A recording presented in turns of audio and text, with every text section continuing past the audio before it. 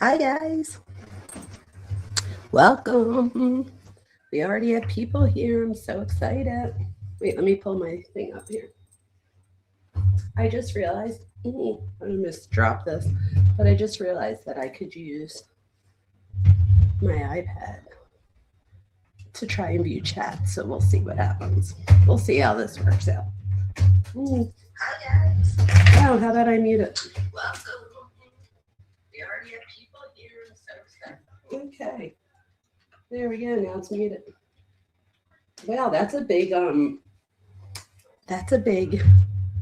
delay. All right, let's see who's here real quick. I can't believe it that there's people here already. So Harlot's here. Hi, Harlot. Cuff-You's here. Hi, Cuff-You. We have, oh, look, a squirrel's here. Marilyn. Yes, Marilyn. Sarah, yes. Yes, you guys.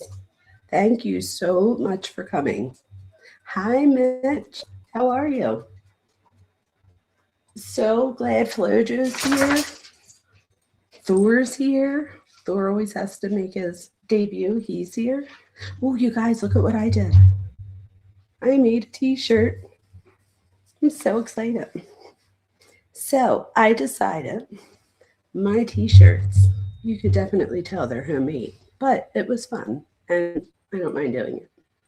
So maybe we'll have like a members only stream and I can give away a few. But warn you that I made it. So don't expect the best. It's still fun. Happy holidays, Lindsay. Hi, you guys. I'm so excited. Come on in. Laura's here. Oh my gosh. Thank you guys for joining me. I appreciate it. I have it all ready for you tonight. So while everybody's saying hi to each other, I'm going to pull out my slides because you know I have slides. You know I do. I have slides, but I also have,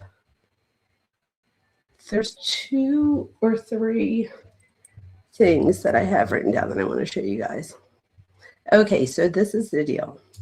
I made PowerPoint slides for tonight, but I just kept going and going and going and going. So I have like 35 slides. So we're obviously not going to get to them all tonight. So I figured I'll do however many we get to tonight, and then I could just keep the deck of slides and continue. Sarah, I'm going to punch you. Thank you. Not really. You know how Italians are. The more we want to inflict violence, the more we love you. Thank you, Sarah. We didn't even start yet, and I'm already going to cry. Oh, my goodness. All right, let me bring the microphone closer so you guys could hear me. Can everybody hear me nice and good? Hopefully we're good. I love you guys. Oh God, Sarah, I can't even repeat that. One of these days, this microphone's just gonna like fall. It's like hanging on by a thread. I should probably get a new one. All right, let me add this to the stage. So again, I have slides. And again, you guys, I'm so excited that I started making my slides. Not just plain white with black writing. So now we have like something a little bit more fancy. Okay, and I have my handy dandy notes, and it's good to see everyone here. What did I just do? Go back to the way you were. All right, here we go. Okay, you guys, so tonight we're going to be talking about this case again. We're going to talk about all of, how do I say it properly? Wait, hold on 1 second. Rye.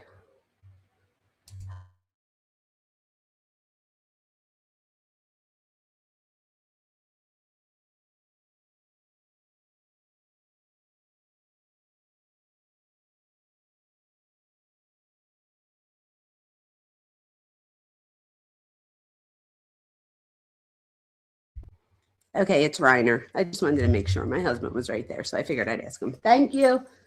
Okay, so the Reiner case, I just didn't want to say it wrong. I didn't want to be disrespectful. Oh, Cheryl's here, you guys. I'm so excited. I don't know who got the membership, but whoever it was, please thank Sarah.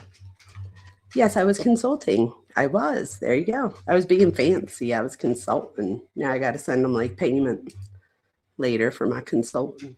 Okay, so for real, let's talk about this a little bit. So as people are coming in, welcome in. We have the best mods ever. I love my mods. I almost said I like handpicked them, but I did handpick them, so that didn't really make any sense. But you guys know what I meant. Sailor Moon, welcome. Thank you for coming by. You guys let me know where you're coming from. Throughout my slide, I set up, there's like 3 or 4 questions that I'm going to ask you guys. So I didn't make them as polls. I probably should have, but I don't know. I just ran out of time because I went to 35 slides. But I do have them on slides, so that's good for now. Okay, so here we go. So I had my handy dandy comments on the side, and it already went off. So how about that? How about that? So that's okay. I'm just going to do it over here like I normally do. All right, you guys. All right. Why is it doing that? Don't do that. All right, there we go. We're back to normal. All right, here we go. Let me start. So this first slide, you guys, this in this case, we have, so Nick is the one that, of course, we're looking at here because of the situation, right? So, and he's the one, I mean, it's the minds behind true crime. So he's the one that we're looking at as the criminal. On this slide, we're going to talk about things like, let me go to the next one.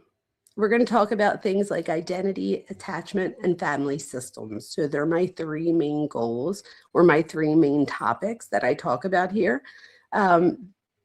What's that saying? You're a master of some things, or what is it?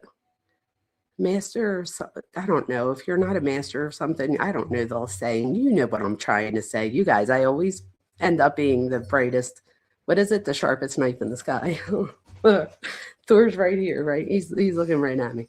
So anyway, I just want to, before I start tonight, I just want to say that although we're looking at Nick as the person, you know, because we're doing true crime, stuff like that, that we're going to talk about a triangle tonight about, we're going to look at family systems, specifically the family system between Carl, the grandfather, and the dad, Rob, and then Nick, the son. So that's like the big connections we're going to make, or the triangulation we'll make. And again, the 3 main topics that I specialize in that I added here, because this is where I shine, is identity, attachment, and family systems. Okay. For anybody that's coming in for the first time, I do have a master's and a bachelor's in counseling, psychology, and human behavior, and I have a doctorate in education, and I did my dissertation on the effects of social media on the identity development of 18 to 24-year-olds. With that being said, and I teach, I always forget that I teach at college and universities for the past 22 years. I teach like a million psychology courses. I taught 10 this past semester. I still have 3 classes left that I have to get my grades in for, but that's it. And then I'll be done then for a little bit till next semester, which starts in 3 weeks. Okay, let's do this. All right, so tonight, what we're not going to do is diagnose, okay? So I'm not diagnosing. Everything that I talk about is based off of stuff that I was able to research and find. I will say that just because I found it, and I do, like I always do, I have my resources at the very end that I'll share with everyone. And I have to do better at sharing this with Cuff U so that we can put it on Discord. Our Discord, you guys, is awesome. And it's not just for members only. It's like not members only. It's for everyone. So whoever wants to, you know, hang out over there, you're more than welcome. Cuff U will be kind enough to put the link in the chat. Hi, Cheryl. Okay, so here we go. So we're not diagnosing tonight, okay? Of course, I'm going to use alleged. So the things that we're going here is alleged. And again, we're going to talk about identity and attachment pressures without claiming motive. Okay, so I'm not going to like get into like motive. So this is what I came to true crime for. I want to give the academic part, the psychology part, you know, from a developmental standpoint, abnormal standpoint, they're my two main classes that well, they're the two that I've been teaching the longest, but I just want to do what I do at school here and use these cases as a way to do so. So with that being said, you're going to see stuff on there. My speaker notes don't always go with the notes that are on the slide. So if you're joining us and you're just audio, if you would like, please go back later and look through the slides, because I have different notes and statistics and things like that on the slides. Okay. All right, here we go. So we're going to stay inside what's reported and then zoom out into the psychology of legacy pressure. Okay. All right, here we go. What we know. So this is like the timeline of the things that we know. Okay. We have on December 14th, we have the bodies were discovered. We also know that Nick was eventually arrested later on that night. I think they said there was about a 6-hour difference from the time they were called till when they found him and arrested him. Okay. We know that on the 16th that they announced, or the LA County, the DA announces that he's going to get 2 first-degree charges, which make him eligible for the DP, but they said they didn't know yet what they were going to do about that. So I guess we have to wait. So then we know that on the 17th, it was his first court appearance, but there was no plea that day. So they all agreed, he did agree to waive his right to a speedy trial, and the prosecution and the defense stipulated on that they'll meet again on January 7th. So that's when the next court date will be, and we will all be looking out for that, of course. So the details may evolve here, you guys. All of these things, again, are just alleged, and these are the things that have been reported in mainstream media and things of that nature. Again, on the last slide, I have all of my references. So here we have special circumstances. So this one at first, I was like a little confused because I could have sworn, I don't know if anybody else heard this, but I could have sworn that they said that they had special circumstances because they used a weapon. I was like, wait, what? Like, as opposed to, I guess, your hands? I don't know. But here, the one that I saw after that, they said that because there was more than one person. So I don't know what you guys have heard. Prosecutors, they allege the use of, oh yeah, I just said that. So the maximum penalty here, you guys, could be life without the possibility of parole, and or up to and including the DP. So we'll see what happens there. Okay, so what the public says. So this is like the court update. We have, sorry, hold on one second. Sarah, what is wrong with you? Thank you, Sarah. Sarah says, do we think he was on rugs that night? So that's a great question, you guys. Thank you, Sarah. I appreciate you so much. You have no idea. And you guys hang around later on. I'll give away 5 memberships as well. But I could be wrong. So a weapon and 2 people. Okay, so you guys heard both too. All right, thank you for telling me. That is a good question, right? So you guys, do we think that he was on rugs that night? That's a great question. I don't know that we know that, but they did report that at the hotel room, they said he was tweaking. Can somebody tell me in chat, what does tweaking really mean to you? Like, does that just mean, does tweaking just mean like high, or does it mean like high on speed? Mackenzie, Sharilla, whenever we read the stuff with her and Dom, they use tweaking, but when they use it more in like a psychological type way, like I'm going to lose it type thing. So that's why I'm asking you guys, what does tweaking mean to you? Because that's what was reported allegedly from the people that, you know, got him, not got him the room, but that checked him in that night. Thank you again, Sarah. You're amazing. Thank you so much for supporting me. So you guys think he was, okay, you guys think math? Probably. And this is the thing, right? So Marilyn says that her money's on it, on math. Everybody thinks that. Okay, that's what I thought too, Harlot. So Harlot said that it's probably on a stimulant. Okay, so this is my next question because and this is just speculation, but just I was thinking, could he have, when he left Conan O'Brien's party, could he have went and first go to the hotel and get the hotel, then go back to his house, then go back to the hotel? Or do you guys think he went home, did the thing, and then went to the hotel? Because I thought at the hotel they said that there were no signs of like a struggle or anything, that he was just, and my thing is, could he have, from the more that I listened to, the more I'm under the impression that the parents were afraid that he might, go use that night or go, do something of that nature. So they asked Conan O'Brien if he can join them, and he says yes.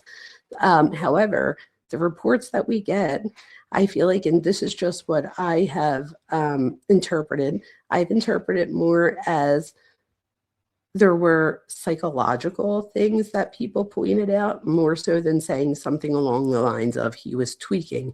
So that would say to me that maybe, and again, this is just what I'm putting together, maybe at the party, him and his dad get into a verbal altercation. I don't know how big it was. I don't think we can say that yet. But even if it was just like a little back and forth, we then know that he has that interaction. Oh my God, I love him. What's his name? With the guy from Saturday Night Live. Oh my God. It's on the tip of my tongue. One of you will tell me. So, and he goes up to him and he asks him, like, what's your name? Are you famous? And they were like, we're having a conversation. And they said that he just like stared right at them and then just walks away and like starts walking. So I'm wondering, could he have been having like a psychotic type episode or some psychosis of some sense? So it could be psychosis, it could be maybe a manic episode, but just something psychological occur there. Then he leaves. And then, I don't know if the parents go with him. Who knows? Does he storm out? Like, I don't think we know yet. So I do think that if anybody does know, please let me know, please.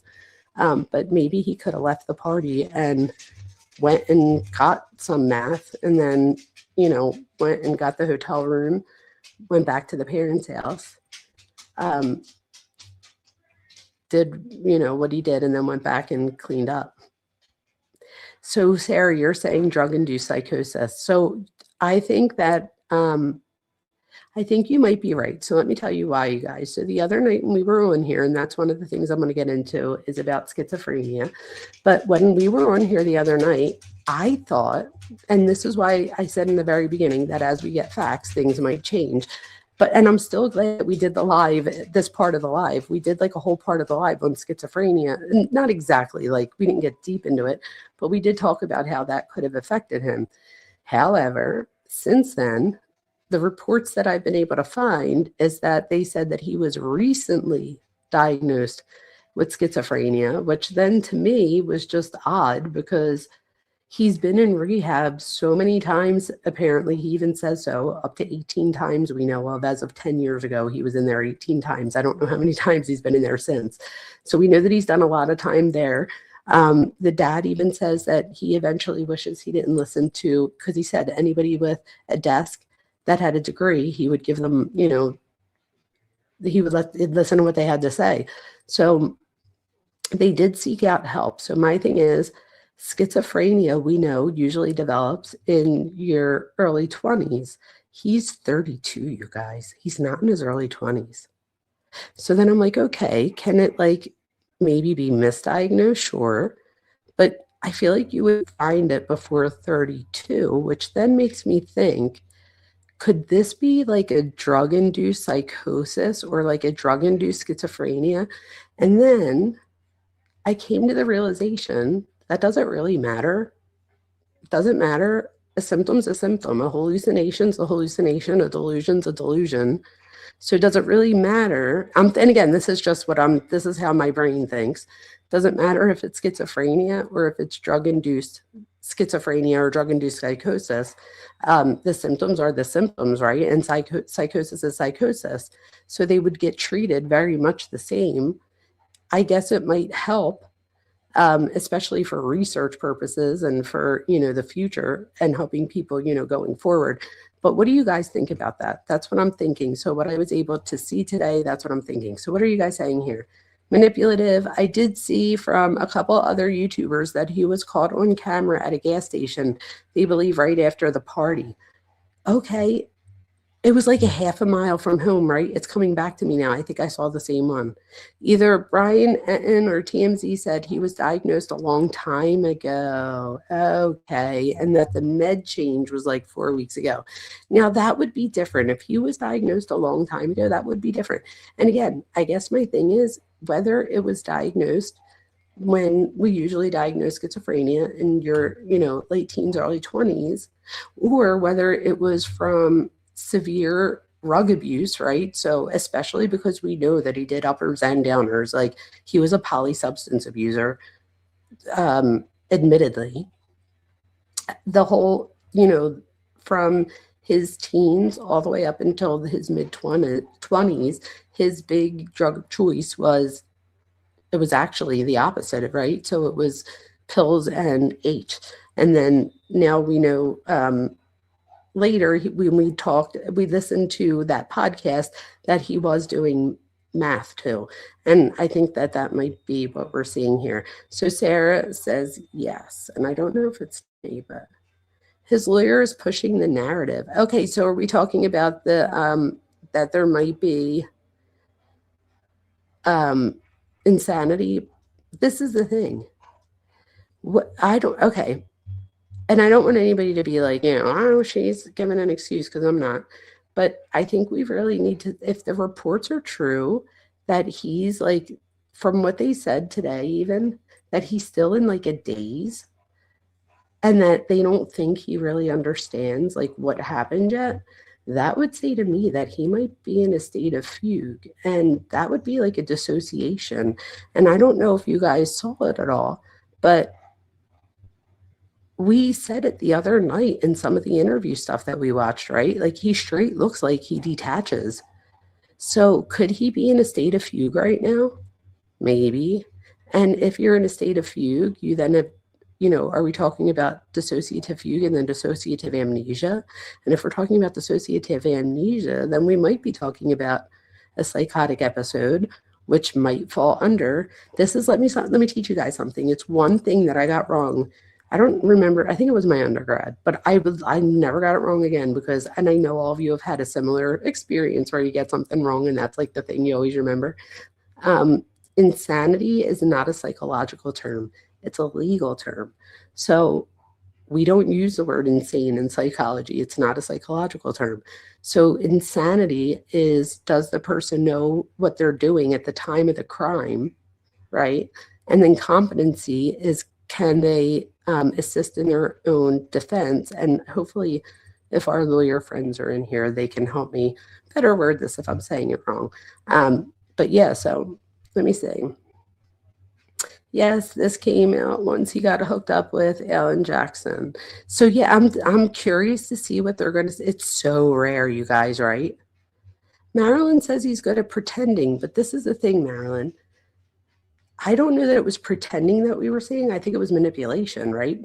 I think that he has, and we've talked about this before, that, and I'm not diagnosing, but just from what we've been told, we can say without diagnosing that he has comorbid disorders, which just means more than one disorder at a time. He's said on the interviews that we saw about his drug use, that would be one, about, I found a video, you guys, where he says that he lacks identity. And I was like, what the actual? Because on day one, I don't know if you guys remember, but before we talked about anything, the first thing I said was, you guys, I have a feeling that this is another one about like a lack of identity, like BK, like how he just didn't have an identity. Not that they're same, like, personality-wise, but like how I said with BK, he had no identity until he did that. I feel like, I almost said this kid, he's not a kid, he's 32, that he, Nick, fits that. And everything that I've seen so far, including his own words, has validated that for me. Let's see, what do we have here? Dr. Vona, the report I heard may not be accurate, but I believe I heard no one is pushing court dates yet is because he's not stable. Like, he's seriously not in his own mind. See, that's what I'm saying. So that would be fugue. That's what that would be. So what do you guys think about that? And I think there's going to be a whole lot of backlash. So Sarah says, and all right, so what do you guys think about this? Sarah thinks that he gives incel vibes. I do not. I'm not getting incel. But Sarah's really good at this. So Sarah could most certainly be right. And I could most certainly change my mind. And I would like to hear more about your incel theory. However, he talks, if you listen to the podcast, go listen to the Dopey podcast there. And he's on there a few times. And if you go to the Dopey YouTube page, he does like a compilation. And he just put out a new one, which I think we should listen to a little bit. I didn't hear it all yet. I heard like bits and pieces right before I came on. But the stories he tells, there's like a lot, like not a lot, but I mean, he has stories about, women. He actually stole $200 from his parents at 14, allegedly, to go buy S for the first time. I don't know. I mean, I don't know what that says, but it's on Discord. Thank you. Cuff You. They came out with the second one today. I guess he's fine with women, but I also think he basically tells people in the Dopey podcast that he can't stay sober because identity is so important to sobriety. Which part is that in? Oh, look, a squirrel. Wow. Okay. I need to look at that. And Cuff You's going to grab it. Incel does have a lot to do with a lack of identity, but there's other things that I think also have to do with a lack of identity. So, and I think that we see this here. So for me, his lack of identity has, in my opinion, as of right now, has less to do with incel and more to do with what I'm about to get into, which is his relational makeup. So over here, this next one, we don't want rumors, right? So let's talk about why legacy is psychologically powerful. Okay, so this is independent of any specific case. So let me say that again, independent of any specific case. We're going to talk about why legacy is psychologically powerful. So this is just period. Okay. All right, so we have multiple conflicts here, you guys. We have, sorry about that. We have multiple outlets. Sorry, I said conflicts. We do have multiple conflicts too, but we have multiple outlets reporting a long history of substance use, struggles, and repeated attempts at treatment. And again, he tells us about 18 stays. If anybody knows of anything that he, if anybody knows of anything, wait, hold on, you guys, 1 second. Hold on. Let me just see something. I just think that didn't look right. So I just want to make sure that I uploaded the right thing and that I'm not doing the exact one that we did the other day. Oh no, I think this is it. Hold on. No, you guys, I think, oh my gosh, that is too funny, you guys. Wait till you see I upload. Not that it matters because we didn't really get into too much, but this is the wrong PowerPoint slide. Oh my God, you guys. Dun, dun, dun. Straight stupid. I got to put that on a t-shirt for sure. All right, so let's remove that one and get rid of it. Remove from the studio. And we're going to do this again. I'm like, why doesn't this look right? Where's the stuff about the grandpa? Let's try this again.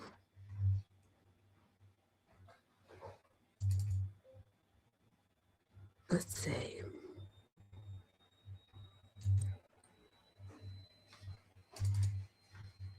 All right, let's see if you guys could see what I say.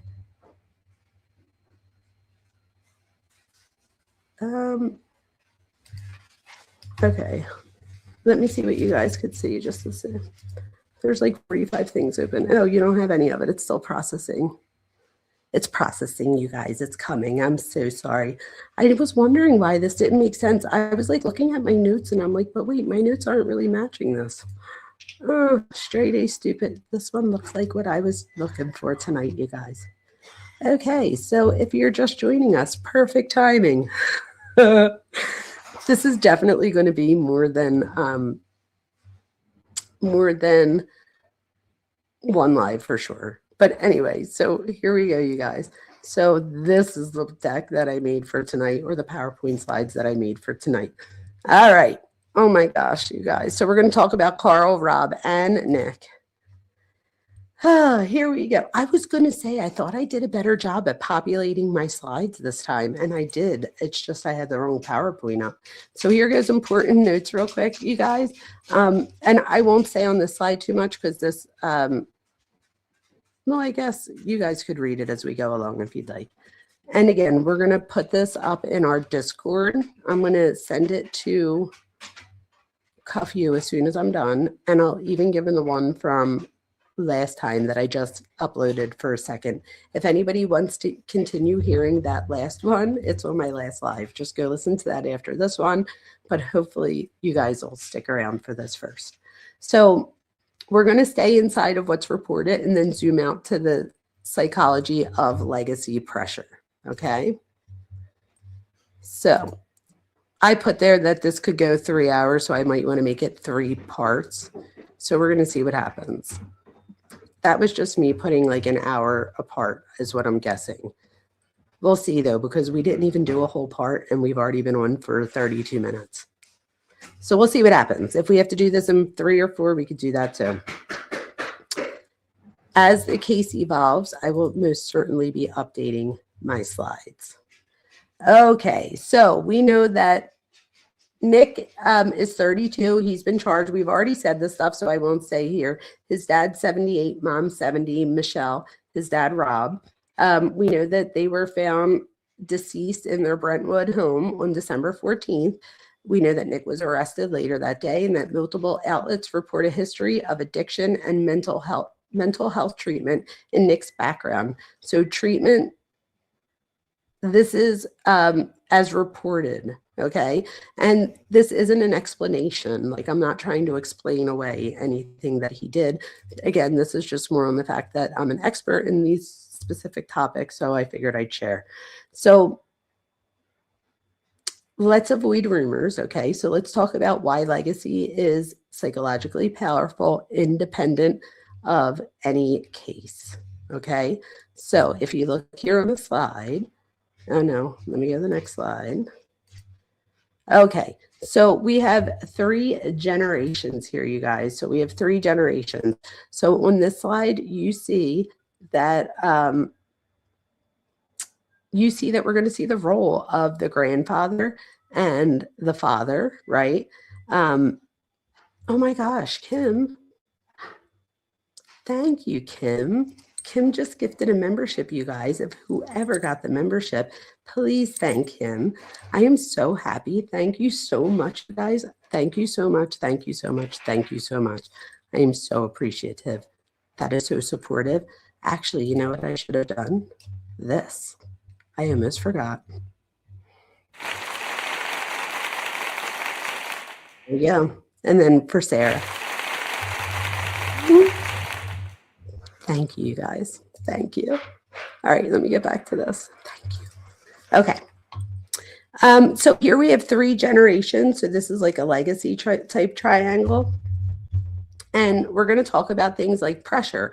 So our key line here is the grandfather becomes symbolic, right? So he's like a symbolic additional parent. So, and this would be, of course, this isn't everybody's family, but in this family, we do see this parental dynamic where the parents are involved in the child's life, which is a good thing, right? So in a situation like this, where there's where the grandfather is successful, even if he's not, everybody, we all have a little bit of power, even if we're not famous and we're not, the boss of the company. Like, if you're a parent, you have power over your kid. So we all have influence, let's say that, and authority over certain people. So we have to make sure that we are responsible with that authority and that power, because if put in the wrong hands, or if somebody misinterprets it, it could lead to very destructive things. But that's not what I'm saying here. I'm just saying, again, this is independent of any specific case. So we do know that the grandfather can become a symbolic third parent, and the standard never leaves the room. Remember that. So the standard never leaves the room. I'll leave you with that.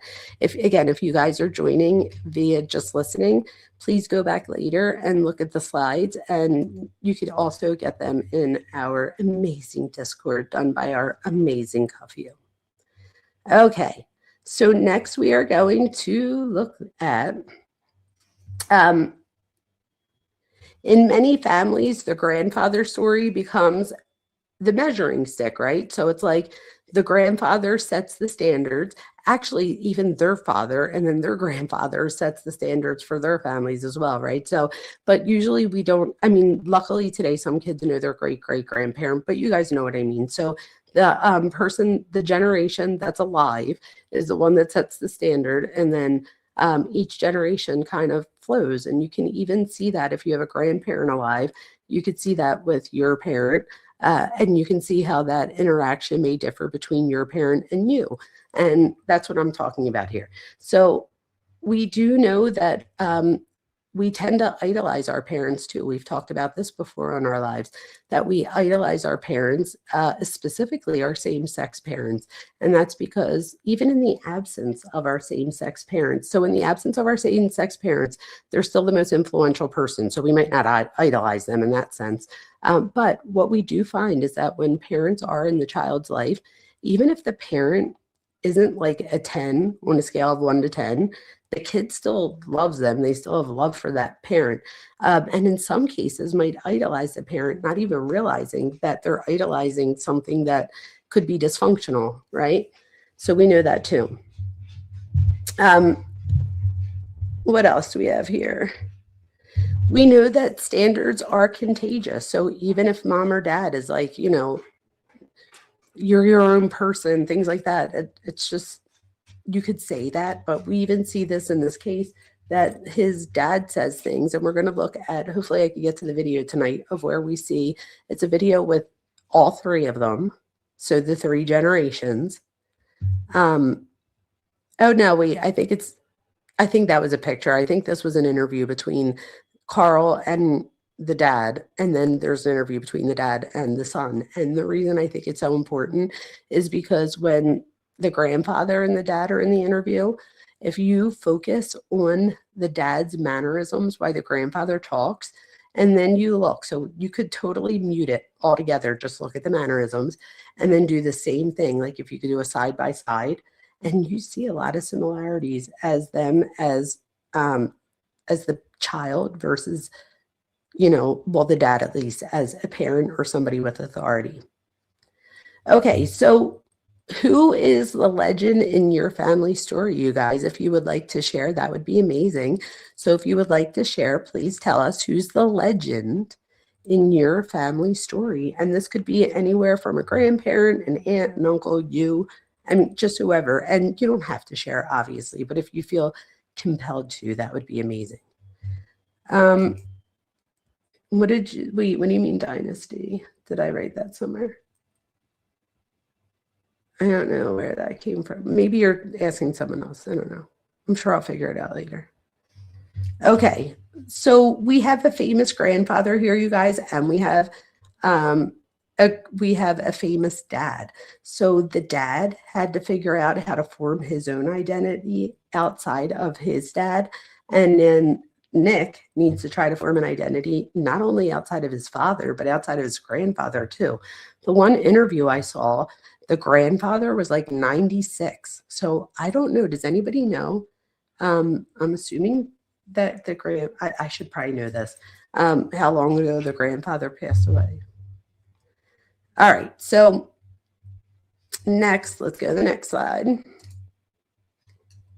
Okay, so let's go over this bridge generation. And I think this is important. Why is this important? Because many of you are in this bridge generation right now. We call it the sandwich generation, where you have, wait, hold on, AJ. Oh, wow. I know. It's okay. My daughter's boyfriend's here, and he bought me a purse because my purse is broke. And I'm using it. So I wanted to show him because I know I'll forget. Anyway, I'm so thankful. You guys have no idea. I'm so blessed.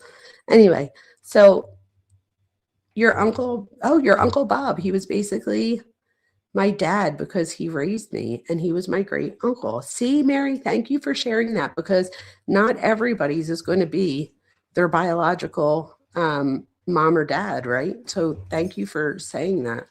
Let's see. My middle brother, the preacher. Oh, wait, I went back to, all right, let's see. In my eyes, my stepfather. Okay. There aren't any in my family that I know of. That's interesting, right? My dad had to do that early. His dad died when he was 12. Sarah, that's a great point. For your dad, he wound up having to be like the parent, or like, you know, and especially, I don't know what his birth order was, but if he was the oldest son, he probably felt an enormous responsibility to do so. So then we have Uncle Bob. We have my stepfather was the legend in your life. This is amazing, you guys. Look at how many men. Oh, he passed in recent years on June 29, 2020. Oh, wow. Thank you for saying, Army Vet. What's up, Army Vet? Army Vet, who was the legacy, or who's the legacy in your life or in your family, if you want to share? Is that a Beagle mix? Allie's a Beagle mix. Thor is a Mastiff. And he is my soulmate. Don't tell my husband I said that. I'm just kidding. I'm just kidding, you guys. All right, so Carl died in 2020, you guys, June of 2020, 2 days after my birthday. Okay, so yes, isn't the boyfriend so cute? I love him, Jeannie. He's a good one. Him and my daughter have been together for like 3 or 4 years. They've never yelled at each other. I was like, thank God my family isn't like, they didn't get a sneak peek into my house growing up, because that's all we did was scream. I thought that was normal, but they don't yell at each other. My daughter yelled at him the one time, and he looked at her and went, Gianna, why are you yelling at me? I don't yell at you. And my husband and I looked at each other and we were like, what just happened? I love this kid. I can't even tell you, you guys. Love him. I told my daughter not to mess up because I might have to keep him. She's amazing too. I couldn't do that. All right. So he was the youngest. Your dad. Wow, Sarah. Was he the youngest boy, or was he the youngest of the siblings? Because if he was the youngest of the siblings, but he was the oldest boy or the only boy, that would still make sense. But if there was a brother older than him and dad took over, then that would be different. Yes, you're louder than you know. It's cultural. All right, let's see. All right, so let's keep going. So we have the bridge generation. So we call this the sandwich generation, where you're taking care of your parents and your children. Many of you right now listening are in this sandwich generation, or this bridge generation that I call it here. This is like protector versus boundary setter. Okay, so we have like this bridge here. So you want to be a protector in one sense, but you have to be a boundary setter in another sense. And I think of that too with like my mom and then my daughters. I want to do that for both. And then there's a common pattern here. So we want to try to fix things, manage things, rescue. We always want to restore stability. And just as human beings, we like homeostasis, or balance, right? So as human beings, that's like a human trait that people like to do what they can to restore stability in most cases. We talk about cycles a lot here, so I think that it was important to put in boundary setting can feel like abandonment. maybe I will read some of the slides just in case anybody is listening and they don't have the ability to look at it. I'll read most of them. But where is the line between support and enabling, you guys, right? So we have this audience effect, which can amplify things like denial, minimization, or secrecy, even unintentionally. So I think we see that a little bit with, I think, and again, this is just in my opinion and from what I see, but when I look at the interviews, and the dad says this a lot about how he didn't think that the professionals were right about having to give tough love. And unfortunately, in the end, right,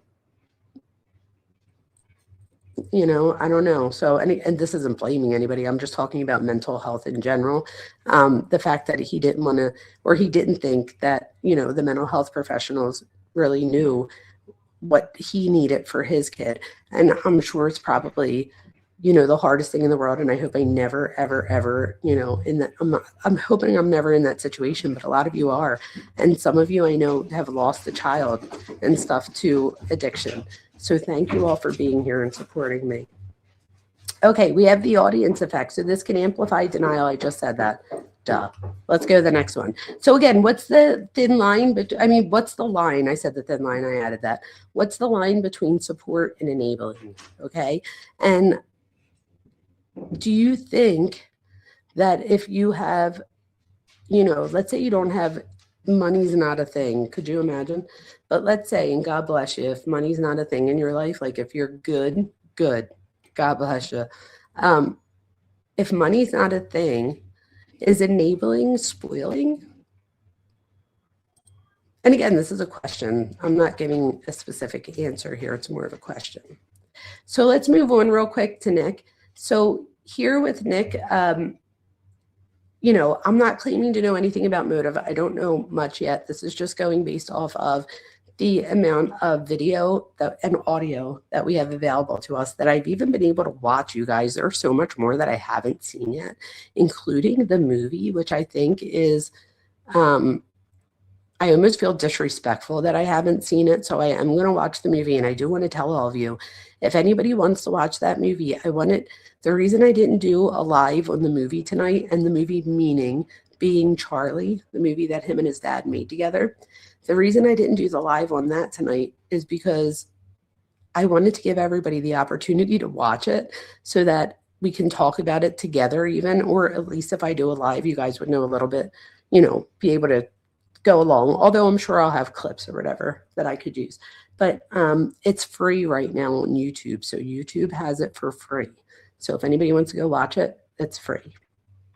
Okay, so back here real quick. So this is identity, identity and shadow. So risk of role engulfment. So being the son of the primary identity. So this primary identity here, we know that Carl, the Dick Van Dyke Show, right? Like who could be bigger than that?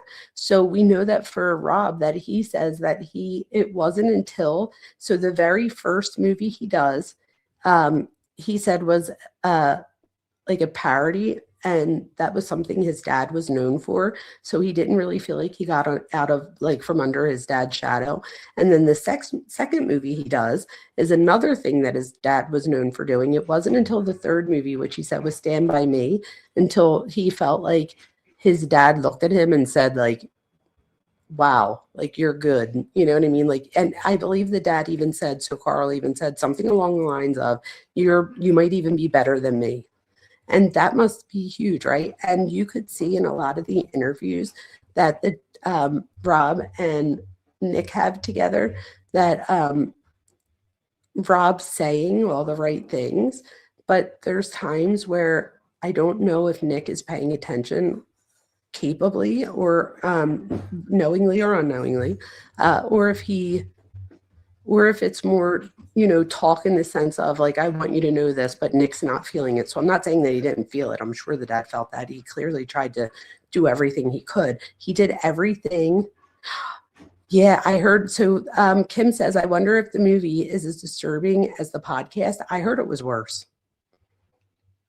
It was Spinal Tap, then Princess Bride, then Stand By Me. Thank you, Marilyn.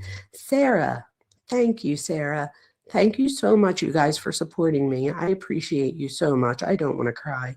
So he was in the conductor of all, he was the he was the conductor of his chaos. I think he enjoyed the ride, in my opinion, Sarah. I agree with you. I do agree with you there. I do too. And I think he like tells us a little bit.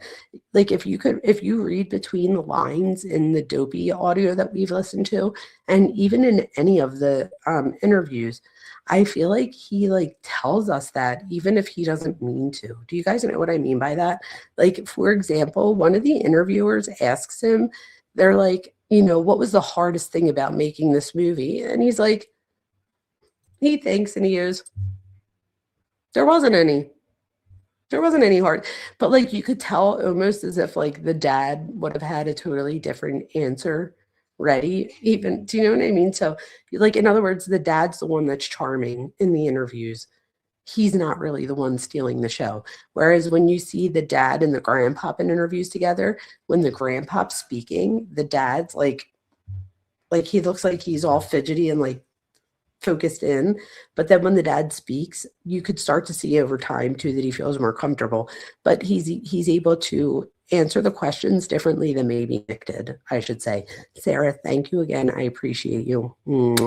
You're the best. Okay, so what else do we have here? So identity can become reactive. So I'll be the opposite of the legacy. And do you guys think that that's what we're seeing here? Because I do.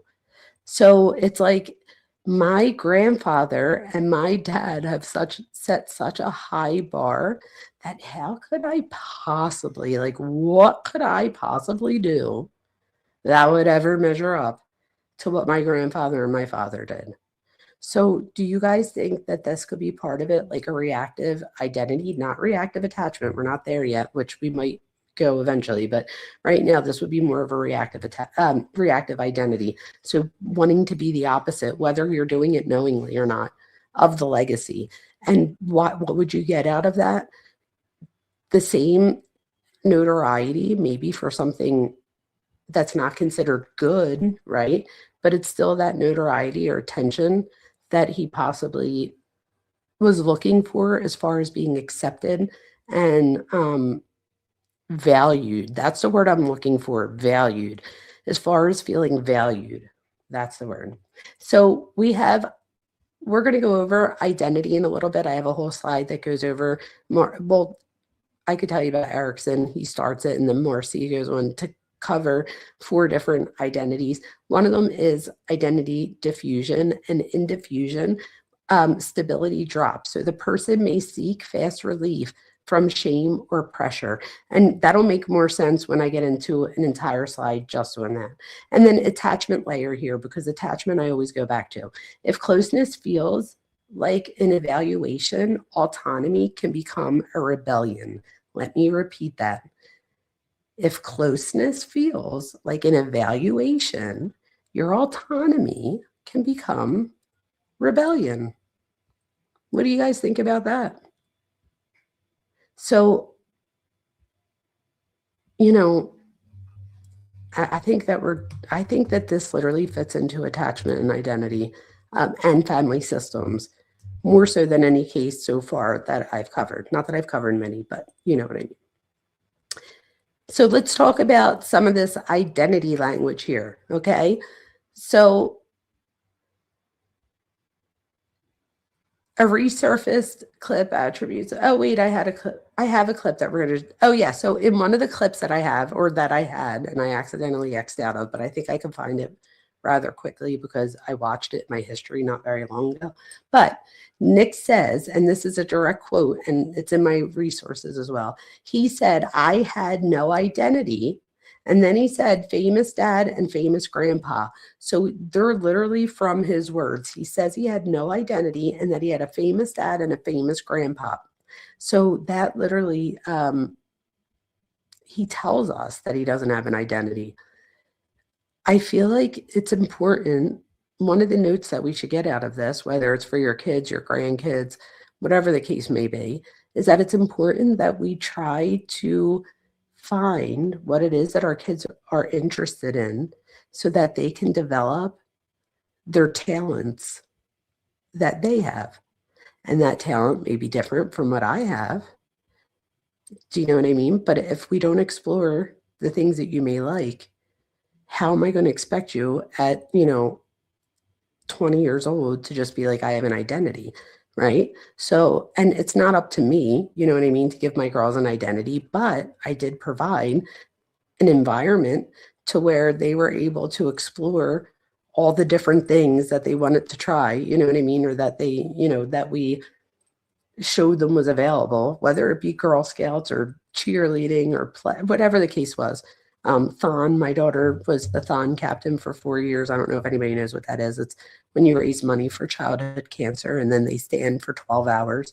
It's for high school. They do it at the college level too, but for 24 hours at Penn State. But at her high school, they do it for 12. And this year they raised $230,000.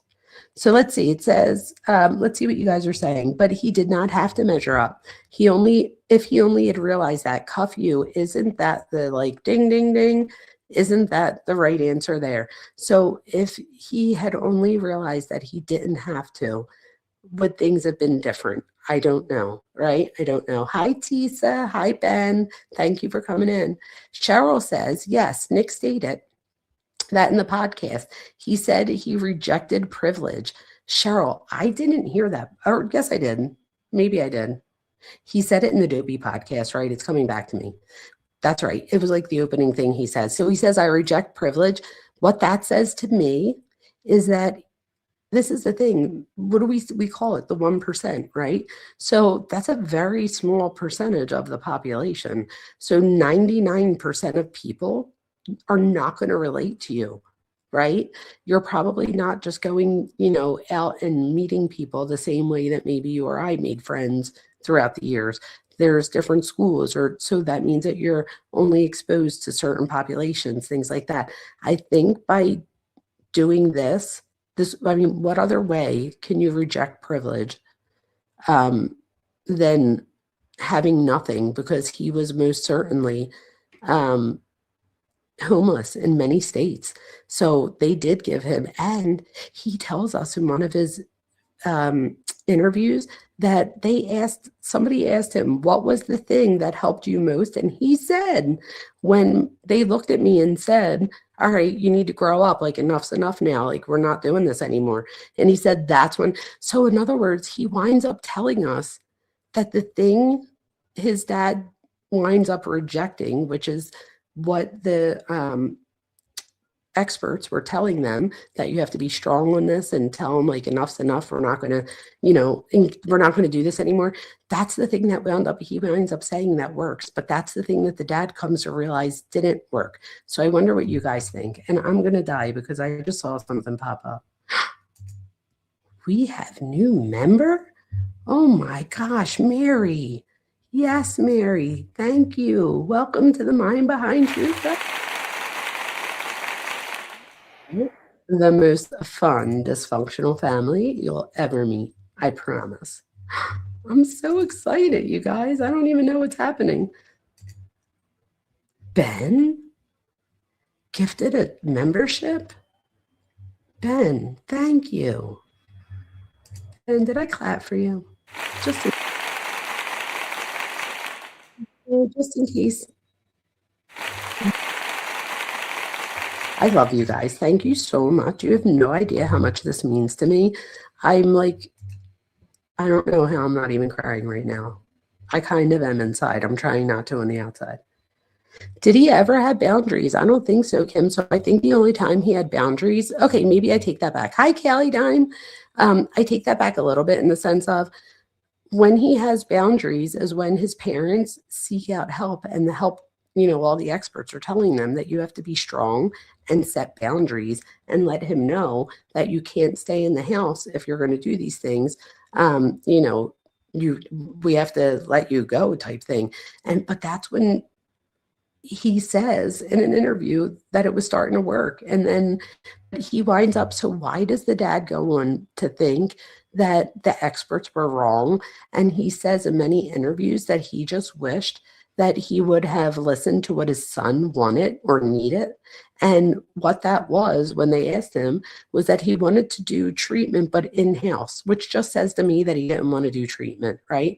So, right, he doesn't respect the boundaries. Exactly, Sarah. He walked right through boundaries. He so did. So, you know, it is, I think we're going to see a lot of things here, you guys. So quotes can be true and still incomplete. They're not casual. Oh, so I was just saying my quote here, it's not in its entirety. I like try to think of all the things somebody's going to wind up saying. So these were like parts of quotes that he said, where he says, I have no identity. And then later in that same interview, he says that he has a famous dad and famous grandpa. All right, let's see. Let's keep going. And then we'll stop at a minute, not stop, but we'll stop to like view something. We're not going to stop on slide 13. Not that I'm superstitious, but let's stop on the next one. So over here, we have, oh no, wait, that's for something else. That's for after we do this. I have questions for you guys. So we're skipping that one. And we're going to go back to that one later. So actually, we didn't get into all the things yet, so that's why. But if I go back, it's asking you, so in your family, but we didn't get to all these things yet, which is why I said we're going to go back to it. But I ask about identity roles. So were you the fixer in your family? Were you the problem person, the hero? Were you invisible, or were you a peacemaker? So I'll repeat that again. Were you the fixer, the problem, the hero?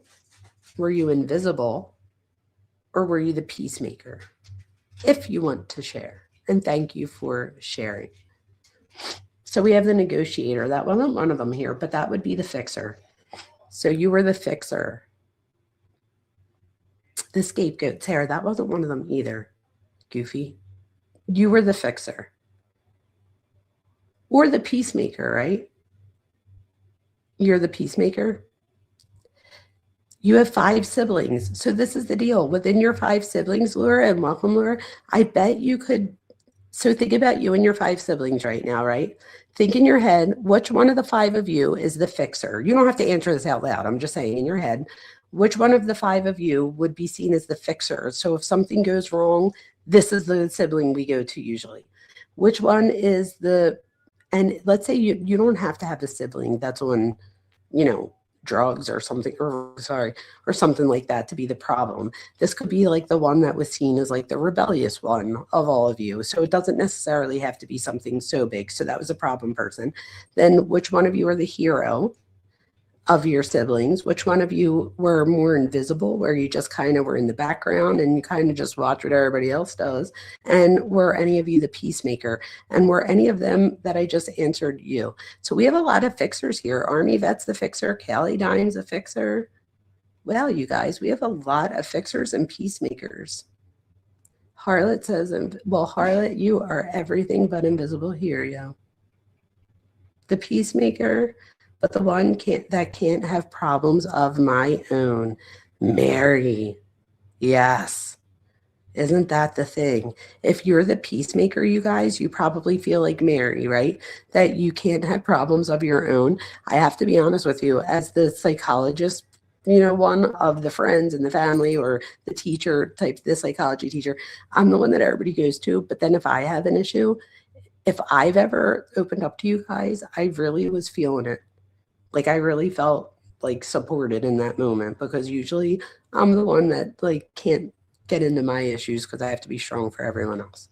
So we have the peacemaker. I want to thank the fixers, but sometimes the problem. Let me tell you something, Kelly. The fact that you could even say that just means that not only do you have insight, but that could be like part of your past too, right? A part of it is just getting older. So we have true leadership. Let's see. All right, so let's keep going. who we know is part of the system. So, all right. So here, this is where I have my triangle thing over here. And I had other questions on that slide. I'll go back to them afterwards. I meant to put that later on. So then we have, who do we know is part of the system? So first we have Carl. That's the grandpa. Okay. He was a public figure. He set the legacy standard. And again, think about how high that standard is. We all are under the assumption that we're supposed to do a little bit better than our parents, if not as good as our parents. And that's a lot, right? You know, he was a big deal of his time. So when his dad comes along and his dad realizes that, his son, oh my God, I said his dad. His son, Rob, comes along. He realizes how big his dad is. And he's like, wow. And he talks about his own issues with, trying to level up. And then we know the mom is Michelle Singer Reiner, and then Nick is the son. They have 2 other children. He's the middle child, which I also thought was interesting. Right? Does anybody else find that interesting? I found that interesting. So let's see. Let me see if I can pull up real quick. We're going to pull up a video so I can let Thor out too. Hopefully you guys are enjoying everything so far. Not enjoying, that may have been the wrong word, but maybe it's interesting. All right, so let me just go to my history instead of typing it in because I watched it. And then that way I can pull it up. All right, here we go. So let me connect this.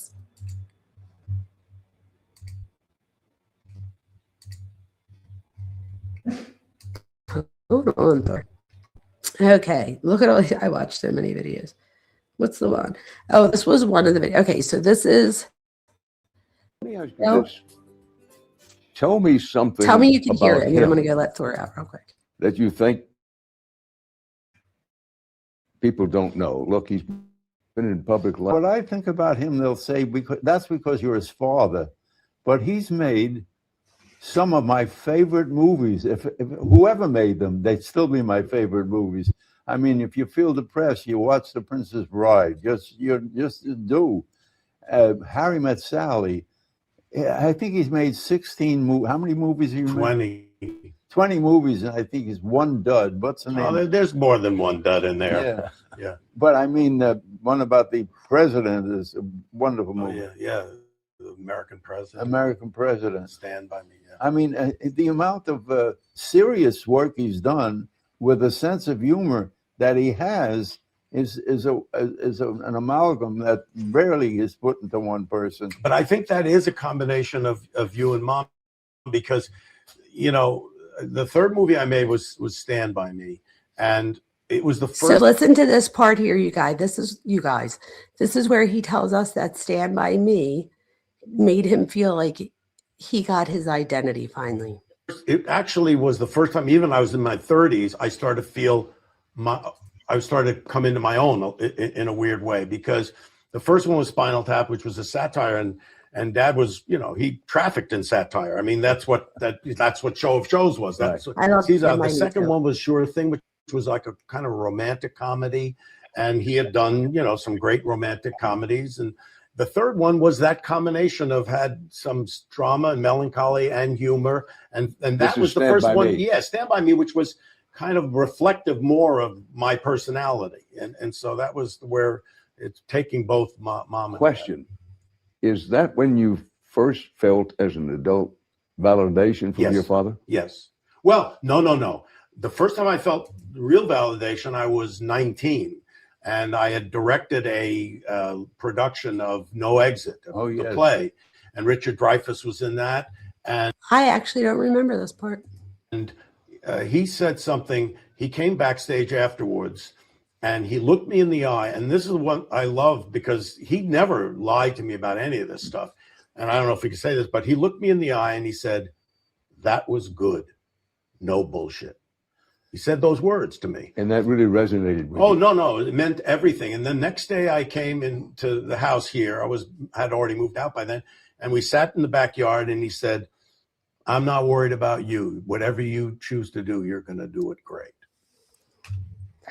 How sad is that? He said we came into the house here, Oh, no, that's not. I was thinking that's his house. It's the grandpa's house. But he said, whatever you do, you're going to be great. He said that at 19. That was probably such a pivotal thing for him to hear, right? You avoid becoming just another privileged, self-indulgent son of a rich, famous How man. do you know I'm not? No. Well, because you've grown up to lead a healthy, successful life. But it's no small thing. How did you manage to do that? Well, it's very interesting you asked that question because, first of all, you have to have a role model, somebody who you can look up to, who is not making more out of it than what it is. Boom, the legacy, the person that is setting the legacy. He was always a regular guy, in the world. And so I saw how he handled all the attention, the success, and all that. And that does lay a foundation, a predicate. And I've had this conversation with Michael Douglas many times. It's rare. It's rare when you are the child of somebody who is very famous and accomplished for the child to also do well. And you can count them on one hand. I mean, you look at Jane Fonda, and there's not many, that you can say that are that. And I think it has to do with the background that you're brought up in. You can see a foundation and a realness of how things are done. So you don't get consumed by it, I don't think. As a matter That is so interesting, you guys, because he later goes on to say, and somebody asks his son Nick, they ask him, I forget how they said it, but then the dad rewords it for Nick and says, do you ever feel like I was consumed by my work? And Nick says no. But let's see what his dad's going to say. of fact, when he was 4 or 5 years old, the 2,000-year-old man was playing in kitchens. No, it was a little later than that because I think I was like 13 or something like that. Yeah. Okay, he said like 12 years old. He's like, no, it was a little bit older than that. I think I was 13. Just take notice of how the dad acts when the grandpop's talking too. It's just funny to see how things cycle and get passed down, whether we see it or not. But you started, yeah. Oh, yeah, when you did it with Mel, you mean? Yeah, when I was doing it with Mel. Yeah, But before the records. He once came up with a joke that we put right in the show. He said the 2,000-year-old invented applause. He said 2,000 years ago, when somebody liked something, they would hit their face and say, oh, that's so good, that's so good, that's so good. He said, then a very smart guy got the idea that if you pull your face out, you wouldn't hurt your face, and so applause was born. I was like 16 when I came up, and the very room that we're sitting in right now was when they had to go either on the Sullivan Show or the Hollywood Palace, one of those shows. They, when they did their records, it was all improvised, and they would go on forever. But when they had to go on television, they had to hone it down to 6-7 minutes. So they would sit here in this room, spritzing and coming up with ideas. And I was 16 at the time. I came from upstairs, and I went, I think I have a joke. Maybe it could. And I gave them this joke, and they put it in. It was the greatest thrill at 16 years old that I could actually get Carl Reiner and Mel Brooks to use a I joke. want to talk about comedy for a minute. Now, Wow, you guys. So that was huge. In another video that we watched the last time, that is so interesting to me. So the son, Nick, talks about how, like oh my God, I just had like a moment. So Rob talks about in this interview with Nick about how he deferred to Nick because Nick was the one that like had the ideas because it was, his forte as far as the subject area. But then Nick says, yeah, but my thoughts were just stupid. And we kind of went with what you wanted. He doesn't say it in those exact words, but that was just really interesting. I wonder if there was anything that Nick wanted in there that they put in, even if it wasn't something that the dad, and again, that's not even a dad thing. That would be more of a director thing. Like, do we keep this in or not? But that's interesting because by the dad thinking that joke was good, it let him know that he does have it meaning the ability to find his own identity. I also think it's interesting that they're talking a lot about comedy, and Nick talks about how he really wanted to be a comedian. As a matter of fact, if you guys do watch Being Charlie, Nick says that it's a comedy. I heard that it was uncomfortable to watch. like the interviews were. So I'm gonna watch it, and then we're gonna do a live on it. So make sure you guys watch it too. YouTube has it right now for free. Oh, with you, But wait until after we're not live, of course. comedy is all in the family, Yes. so to speak. Do you think that people are born with some gene that allows them to be a better comedian than other people? I think so. And you have to have two things. You have to have interest in comedy, but you don't usually have interest in comedy unless you have that gene in you. My parents seem to have it because they took us to all these funny movies, the Marx Brothers, the Ritz Brothers. We were constantly seeing things that made us laugh. And on radio, we only listened to shows that had fun in them, laughter in them. And I was lucky because, you know, the obvious, you know, inheritance is, you know, this guy who's a brilliant, you know, comedian. But very few people know that my mother was also very funny. So I had the fortune of having two parents who had great comic timing and wit. My mother was responsible for some of the biggest laughs. And then this is a group of, you know, Paul Reiner, Mel Brooks, and Norman Lear. I mean, some of the funniest people in the world. And my mother normally would have the funniest line of the evening. You know, it's funny. His mother, by the way, informed who I am. I met her when I was 20. She was 28. We got married. They said it's not going to last. It lasted 68 years. But the thing is, his mother. Wow, you guys, he was 20 and the mom was 28. We need to talk. Did anybody else catch that? So Carl says, the other thing is your mother, when we met and got married, I was 20 and she was 28. I wonder, because he said that he always felt like he was born to not do the Dick Van Dyke Show, but to perform. And I wonder at 20 if this 28-year-old woman provided a sense of stability or security for him that you wouldn't necessarily be searching for at 20 if you were. I wonder what role that played in his life. And I would love to know more about his upbringing if I could find anything. If anybody knows of anything, let me know. Always had the topper. There was one time when Annie, my daughter, was 16 years old, and Robbie was kidding her. He said, "What are you going to get for your birthday? What your friends got, a nose job?" And I said, "Rob, look at this. Her mother has a bigger nose, and look at the handsome guy she got." And my wife said, "Yes, it's not the size of your nose that counts. It's what's in it." That's funny. If you guys want to see this, make sure you go back and see this. There's a part I wanted you to see, but I saw it on a different live now that I'm looking at my notes, so it's not at the same spot that I thought it would be. So let me. He's right in there. You got Clark Gable. You got right, Bogart saying. I think it's at variety show. Right about that. So I wrote a thing called Head of the Family. Peter Lawford put up the money. I did it with Barbara Britton and this is his start. Morty Gunty as the other two characters. It was okay. It wasn't very, very good. And I said, I'm going to put that to bed. Luckily, we had a executive producer, Sheldon Leonard. He says, "Who is that guy we saw in New York?" He says, "Bye Bye Birdie." I went to see him. It was Dick Van Dyke. I said, "Oh my God, the single most talented person ever." By the way, that's not my opinion. So Steve Martin said, in all of television and all of show business, no more multi-talented person than Dick Van Dyke. That's true. And so we hired Dick Van Dyke, and then after seeing 23 Girls, we got married to Tyler Moore, and the Dick Van Dyke show was born. And I remember telling writers, because I wrote the first 20 or 30 myself. I was a story editor and I was a producer, and I said there got to be a Bible, for other people. So I remember telling writers, write about what you know, write about what happened to you. I said that if it happened to you, it happened to other people. If you're married and you have kids, write about that. I said, don't use any slang of the day. And that was a big contribution to the fact that it had longevity.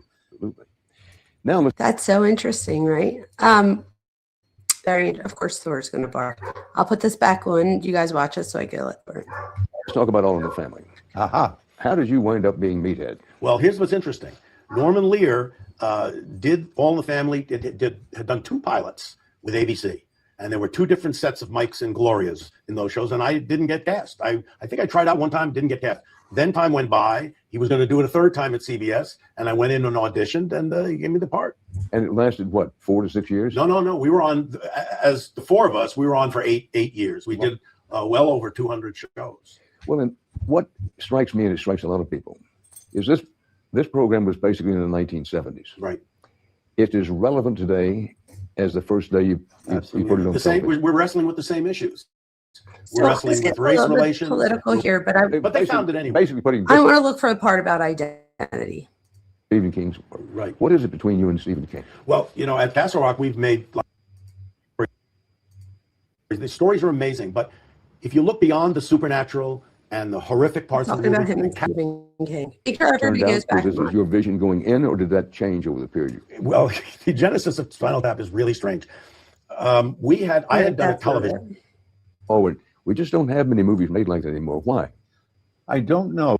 All the ones I made would ever get made at a studio today. They don't make romantic comedies in that way. They don't make thrillers. They don't make courtroom dramas. They make event pictures, and they're in the business of making money. And I think the business started to change in 75, 77, when you saw Jaws and you saw Star Wars. All of a sudden, the mentality at the studios was blockbuster. Let's make these big pictures that make tons and tons of money. And they've slowly moved towards that. So they're making all these pictures, but the studios aren't making them. And independent filmmakers are getting to make those movies, but it's very different. But the big studios don't do it. They don't do it. Well, both of you are storytellers, and your record shows that. What makes a good storyteller? I mean, some people try to tell a story, and you can't even listen to it. You can't leave the set. You can't go to the toilet. And what makes a good story is I hold it up and you put it on pause and run back. Being caught up in it. They catch you like you're on a hook. That's what Stephen King refers to as the gotta. He says the gotta. You have to have a story that has the gotta. And what that means is, I gotta see what happens next. I gotta see what is, I gotta. And That makes sense, right?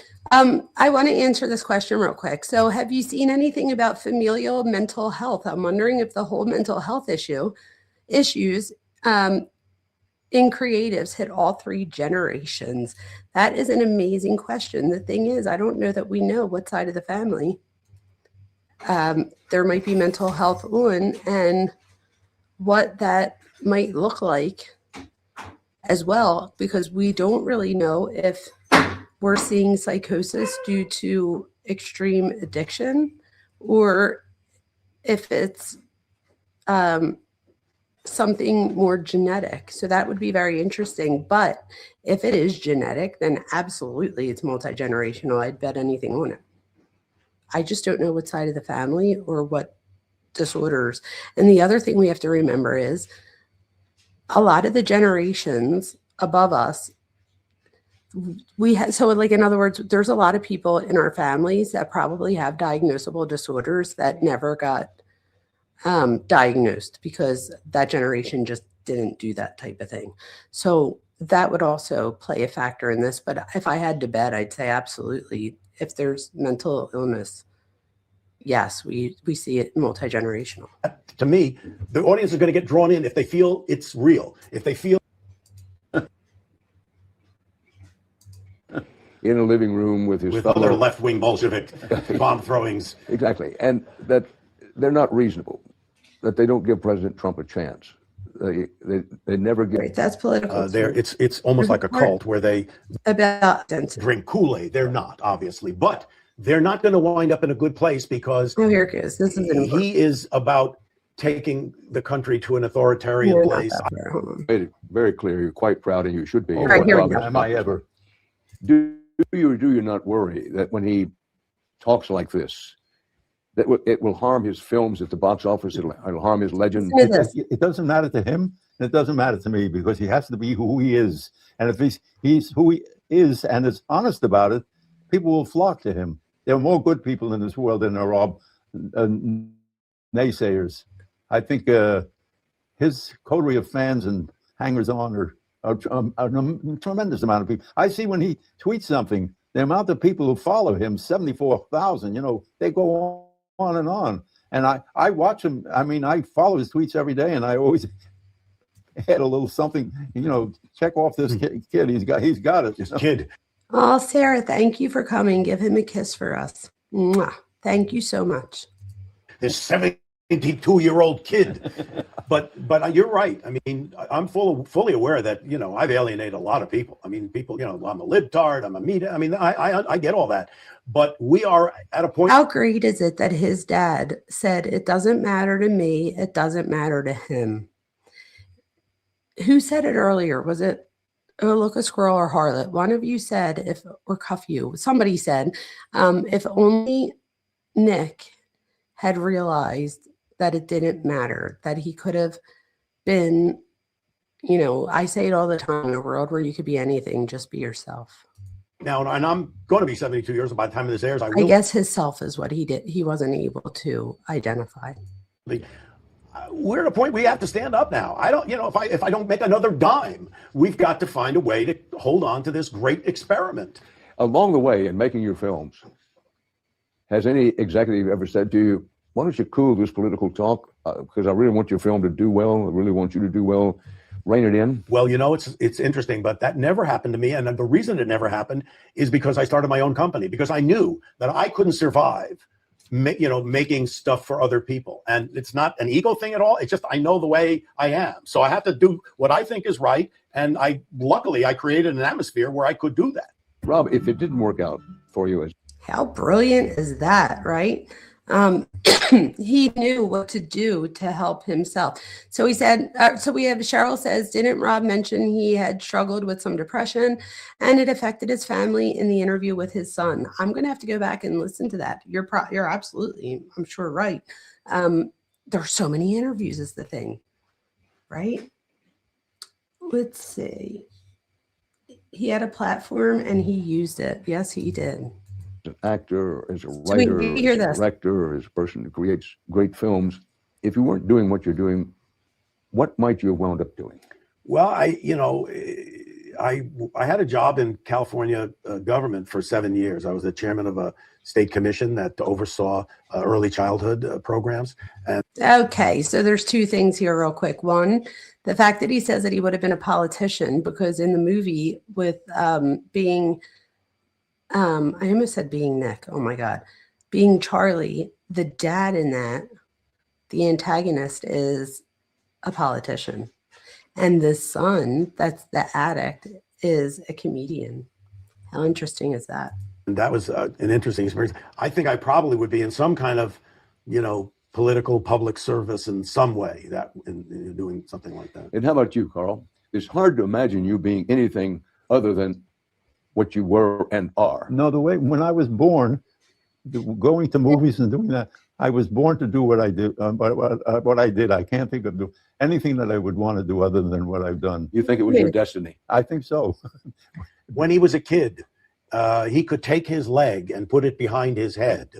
And how old were you at the time? I was about 4 to 6. 4 to 6 years old. So they took him around in the school, in the class, and he could put both. He actually could put both legs behind his head and walk around on his hands, and one behind my leg and hop on the other leg. So that's the point: is he was destined to entertain.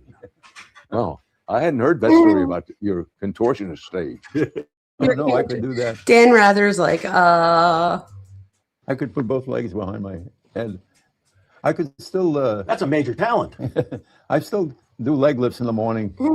I once hurt my back, and the therapist said, "Do not get out of bed until you do these series of exercises." And to this day, I still do them, leg lifts. And tell us the secret to staying vibrant when you'll be, well, by the time this interview plays, you'll be 97 years old. 97. One of those books I have is How to Stay Alive.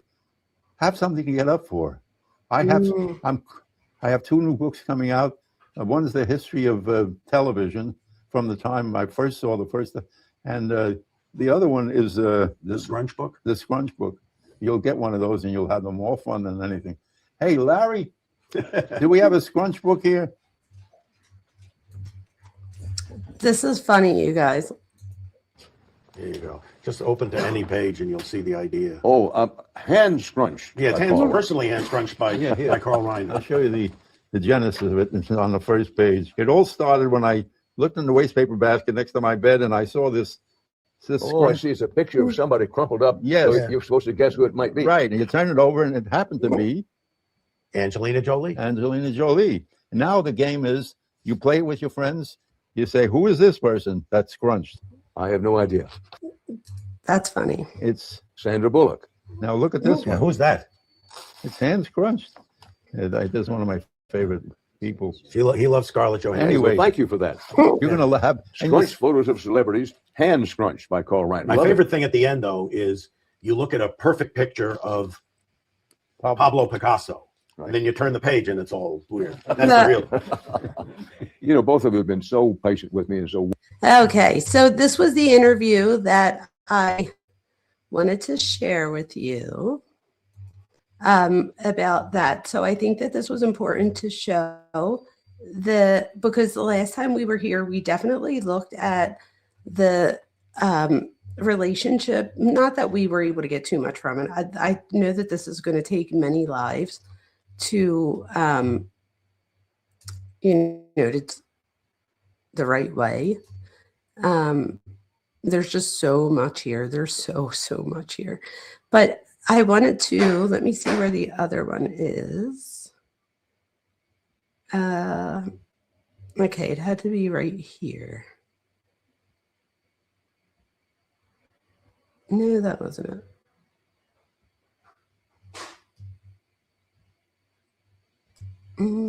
Wait, but this was it, I think. Yes, hold on. All right, let me share this with you guys. So this next one is from CBS. Oh, why can't you see me? Oh, because my picture's not on. How about that? I didn't even realize my picture wasn't on. My bad. The First Five program refers to a network of county level and statewide initiatives in California. Created. Okay. So, wait, that's so funny. You just said that with the First Five program, because one of the videos I had was about that. Wait, hold on. I think that's important. So the First Five video is an initiative that was done by Rob and his wife. I had to put more in than just that. It was like, huh? Okay. So he talks about, well, I'm just going to show you what he talks about. He talks about the first 5 years of your life. Let me look for one that I saw. I know I saw one earlier too. Oh, wow. There's some interesting videos. Wait, you guys, why I looked for that? Let's look at this real quick. Wait, do you see this?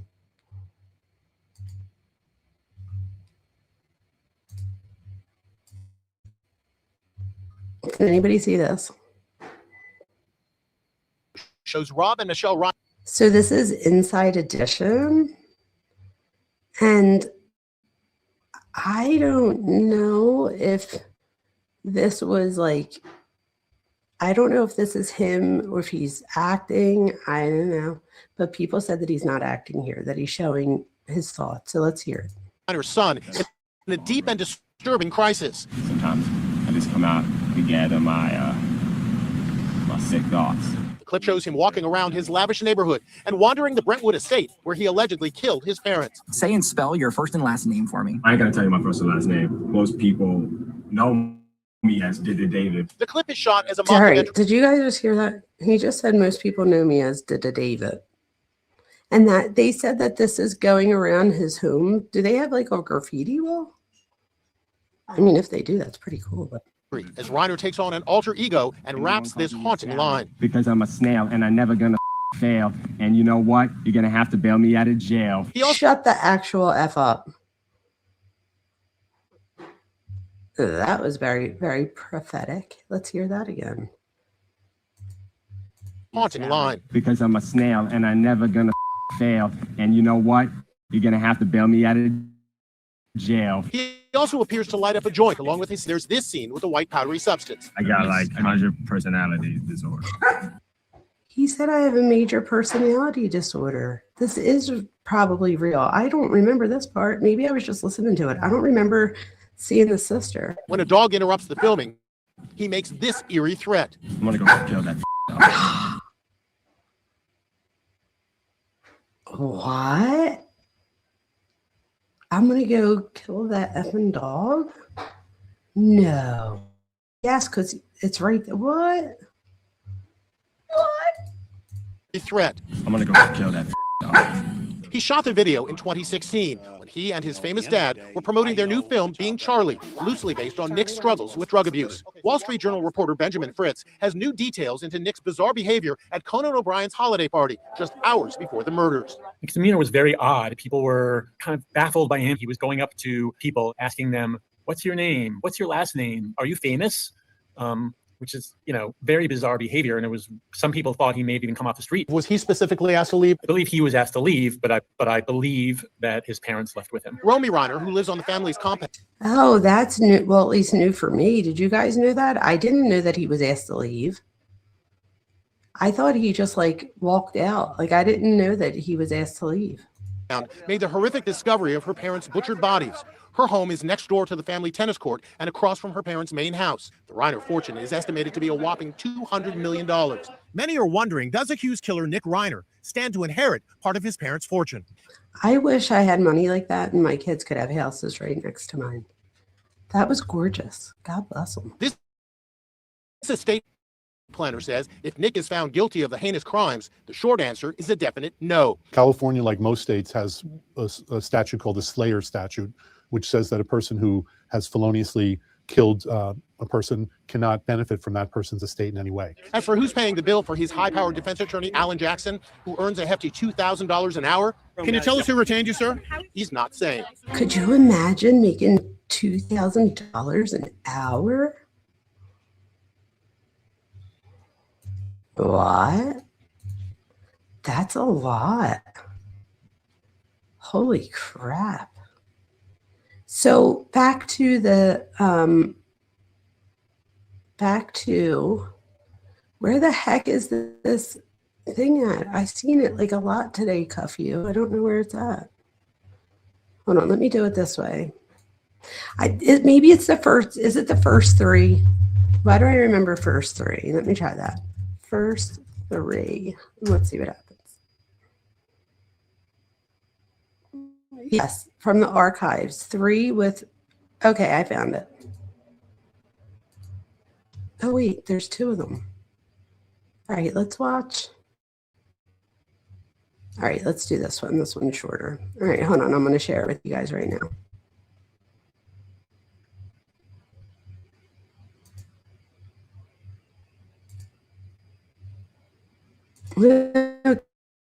Okay, so this is, okay, so why is this important? I found this important because in this video, he talks about his first, Bryan is known for directing films like A Few Good. His First Three initiative, which, so him and his wife have they have a what is it? Oh my gosh, I just had an old person moment. A charity organization. Oh my goodness. Anyway, so they have an organization. So this is the thing. This is back in the day. What I was able to find out from doing a little bit of research was that he at one point had political motivation where he was thinking about it, but then he thought about all of the ways that it would interfere with his family and stuff like that. And that, you know how they go. Nonprofit. Thank you, Sailor Moon. Thank you. Oh my God. I just had an old person moment. Yes, nonprofit. Oh gosh. So I want you guys to see this. So this is the thing. He's not wrong. I teach development. I teach child development and human development. And I teach in attachment that the first 5 years specifically are they're literally some of the most important years of your entire life. I know that most people are like, but I don't even remember my first 3 years. Exactly, right? But your brain does. I promise you, your brain does. Good night, oh, look, a squirrel. Thank you for being here. I appreciate you modding. You're the best. Mwah. Yes, 100%, Kelly Dunn. So in that first 5 years, everything from, I truly believe my daughter Ava is brilliant. And I genuinely believe that because in the first 5 years of her life, and I didn't realize in the first 5 years of my other daughter's life, who was also extremely smart, but Ava, she just keeps getting all of these like scholarships. She just got offered a presidential scholarship to LaSalle. She just got another one for St. Joe's. It's for like $34,000 not for 4 years. That much every year. For like they're all that way. I was like, wait, you mean for the whole 4 years? And she's like, no, Mom, per year. I was like, oh, sorry, bitch. Didn't realize you were so smart. But anyway, I genuinely believe that a big part of it is the first 5 years of her life. I did this program called My Baby Can Read or Your Baby Can Read. I can never think of which one it is. But anyway, you could like find it on YouTube now for free. But I had the cards, I had the whole system, and I genuinely spent about 20 to 30 minutes a day doing this with both kids. And they both did it for the same amount of time. The difference was Ava's brain was 4.5 years younger. So when I started it, Gianna was like 4 years old. So she got like a year of it. That's great. But Ava at one point was 6 months old. I will never forget it. And Gianna, she was getting all these big words like arms up and all this stuff. Story time. And real quick. So the word clap came up and she said slap. And I'm like, okay, well, what are other sounds? Like trying to get her. And here for like 2 minutes, not realizing Ava was in the background in her high chair going like this, like angrily. And Gianna was like, clap. And Ava went, yay. And I was like, later, like, Ava, ready? But then I was like including Ava more. I'm like, wait, she's only 6 months old. Like, how is this possible? Then I was doing it with her, you guys. She wasn't even talking yet. And she was like, she could like point out which one was nose. It's ridiculous. If I didn't think I'd get a copyright strike, I'd show you some of the kids on YouTube where there's videos of kids that are like, can't really speak yet. Like they could say the word circle, but they could pick it up because they can read it. And you could read it in all different fonts. Anyway, long story short, your brain is being developed in the first 5 years of life. At birth, you're only about 25% brain development. By the end of your 5th birthday, your brain's developed by 90%. It only develops by 10% from the age of 6 to 24, 25-ish. So all of that brain development occurs in those first 5 years. I genuinely believe that if you can enrich your child's life in that first 5 years, have that, I think that 20 minutes a day that I spent that one-on-one, it might have even been longer than that because first we would like watch a video and then I did this like 30 minutes with her. So it wound up being more than an hour a day that I just like, my phone wasn't near me, nothing. And it was just like me and her time. And so they were both of them, but more Ava was like interested. And I genuinely think that it has so much to do right now. You remember that, Kelly Dime? Reading is so important.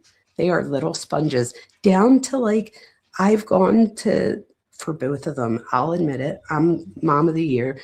Both of my kids, I've had 2 different teachers tell me that my kid dropped something and said, oh shit. I was like, and my husband, I'll never forget it. He was like, at least she used it right in the sentence. I was like, oh my gosh. No, she did not use it right in a sentence. Like, what are you talking about?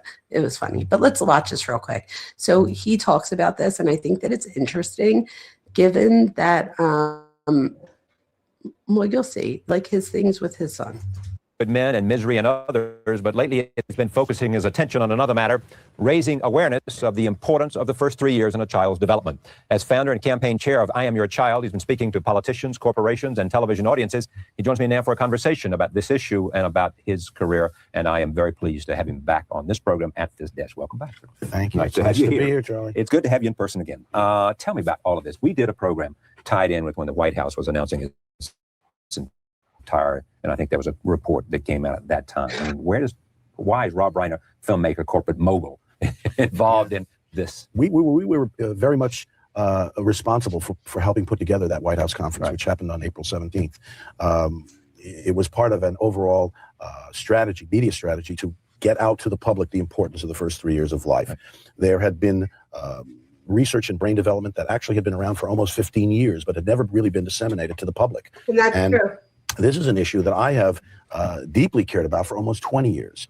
And I will tell you, because you're the one who gets things out of people and can get people to talk about things. All right, tell me. But I was in analysis like many other crazy people in the world. I was in my analysis, and it became very clear to me, this is almost 20 years ago now, that what had happened to me, the experiences that I had in my first 2 or 3 years of life, were critical in terms of how I function later on as an adult. Yeah. And once I hit on that and understood that immutable truth in me, I assumed that was not just singular to me, that it was so somebody help me do math. This is in 1997. What year were his kids born? So we know that Nick's 32. Somebody help me. All right, let's think. 1997, 107, 117, 127 would be 30 years. So 28 years ago. So he had kids already, and his son would have been about 12. Would you have been 12 in 1985? I mean, would you have been born in 1985 if you were 32? My granddaughter dropped the F-bomb watching Transformer. Oh, that's so funny. But who says, oh, at least you used it right in the sentence, like right to the teacher. I was like, and he was like dead serious. Like he kind of looked at me like, wait, what? Like, didn't she use it right in a sentence? Travis, yes, you're here. Travis, we had a question earlier for you. What was it? Oh, it was about insanity, right? So first of all, Travis, and I'm sorry, I'm already asking you questions. You've been here for like 5 seconds, but can you please enlighten us a little bit on the insanity defense? One, it's very rare, right? Like, so if they do use it, and we're not saying that they're going to, but if they try to use insanity, one, do you think that they will use it? And two, what's the likelihood? Do you think, I know you obviously aren't God, you can't say, but what would be the likelihood of it working? Because you usually don't hear this being very successful. So, when people do use it. Travis says there were a couple of cards you hang in their cribs, etc., with symbols. Yes. What are those? It's the same type of thing. So you don't have to, I tell my students all the time, I'm like, you don't have to spend, I mean, back in the day, it was like, I'll never forget, it was almost $300 for the whole Baby Can Read program. I like saved up for it. Like I said, Ava was like 6 months old by the time I got it. I was like, I literally saved up on it. So, and I got like the set. I was like so excited about it, but now you can get it much cheaper. You can watch most of it online. I tell my students, I'm like, you could watch the videos on YouTube and then make your own like index cards. So you can do it a lot cheaper. But Travis, yeah, so all of those things are all helpful. I swear one of the reasons I have my doctorate today is because my mom was like, I was like the kid, and hopefully if any of your kids are around, they have earmuffs on, but I was the kid where Santa brought me a phonics book. My friends, they would be like, what did you get for Christmas? And I would be like, oh, I got my Barbies and I got clothes and shoes and a phonics book. And they would be like, what? And I'd be like, it's like a workbook. Do you want to play? And I would like play teacher, and I had like a board. And then my sister Gina, she a few years ago, she got her nurse practitioner license. I don't know why I just had another moment. You guys, oh my gosh, Cuffy, am I having a stroke? What's the matter with me? God forbid, but why am I forgetting words today? That's not normal. Anyway, I'm forgetting words and everything. Hopefully I'm not having a stroke. I don't even remember what I was going to say. You loved Phoenix, and then we have, oh my God. And yes, I used to read to my babies. That is so funny. When I was pregnant, did you know, Cuffy, that there's like a whole study that's been done? And what they did was, I showed like a video from National Geographic in one of my class. And what they did was they had a group of women read a certain book, like I forget the book, but it doesn't really matter. They read like a book, and then the other group did not. And then after the kids were born, when the babies were crying in the nursery, when the nurse started to read the book that was familiar to them, they calmed down. So there's like literally data that shows that reading to your kid in utero can even help with things like anxiety afterwards. You're killing me, Smalls. All right, so let's see what Travis says. Travis says it's the McNaughton rule. It states that a defendant must prove they were unable to understand the nature of their actions or that they were wrong. The rule emphasizes cognitive understanding and presumes all defendants are sane unless proven otherwise. Travis, that's right. So you guys, in all other cases, it's on the prosecution to prove that you're guilty. But when you plead insanity, it is up to the defense to prove insanity. One famous case in Texas recent, the mother drowned her child. Wait, is that Andrea Yates? The Andrea Yates case is the only case I know of. Yes, it has to be. It's the only case I know of where it's worked. We're gonna have to do a live on the Andrea Yates case. Let me tell you why.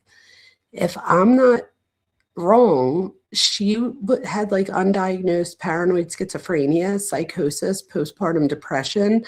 Like they found a lot of diagnoses, and her husband even testified for her, saying that he thought, you know, that she definitely didn't realize what she was doing. This is the thing. Most people with mental illness, almost all, will, you know, if there's a part of any crime, they're the victim type thing. However, for schizophrenics, when we do see like a crime, it's often against somebody that the person thinks they're actually doing good for. So it's not like a malice thing. So for example, I take you out or I punch you in the face because you were about to come and take my kid. But the thing is, you were never coming to take my kid type thing. So now I just punch you in the face and now I'm in trouble. So it's that type of thing that we'll see. And again, that was probably a bad example, but you get the idea that it's not something where somebody's like, oh, I want to hurt someone. And that's what we saw with Andrea Yates, because she also had postpartum psychosis, which is a big thing, psychosis. We think that in active psychosis, one might not know, you know, the difference between right or wrong. The thing is, that part about did they know or did they take steps, that part, as somebody that studies human behavior, I could argue that you could be insane and still take steps that look like you knew right from wrong. Does that make sense? So again, I think that you could, you know, have a psychosis and still behave or do a behavior that could be used against you to make you look like you knew exactly what it was that you were doing.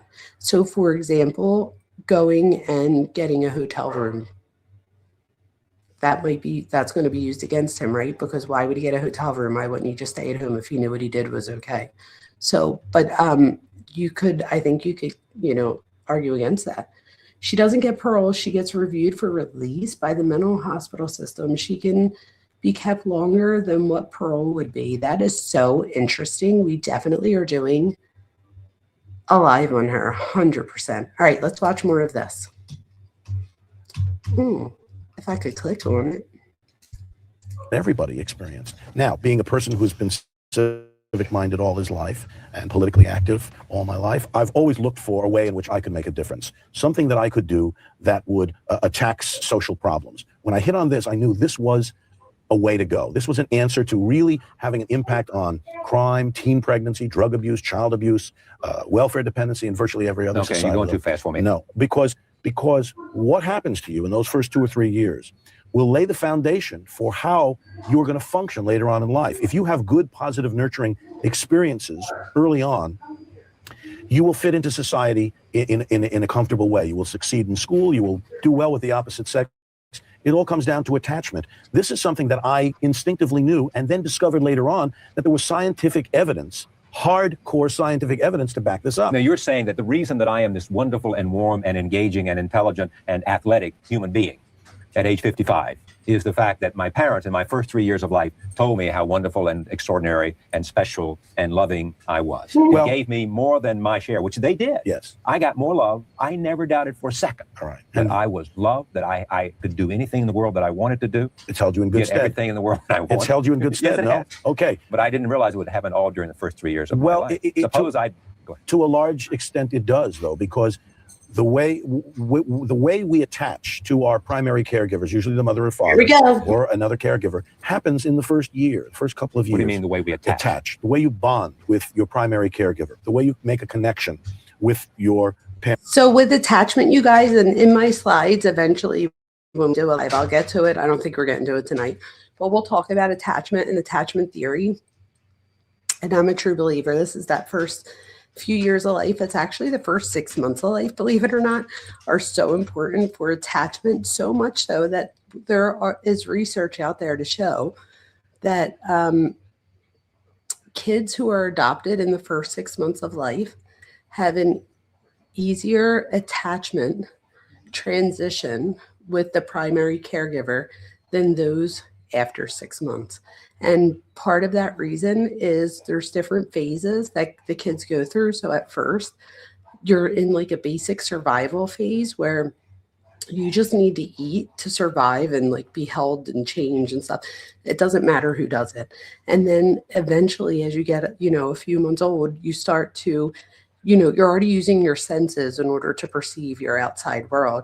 But your vision is the last thing to develop. That's usually, developed by 6 months. So before that, we'll see like shadows and not in color and stuff like that. So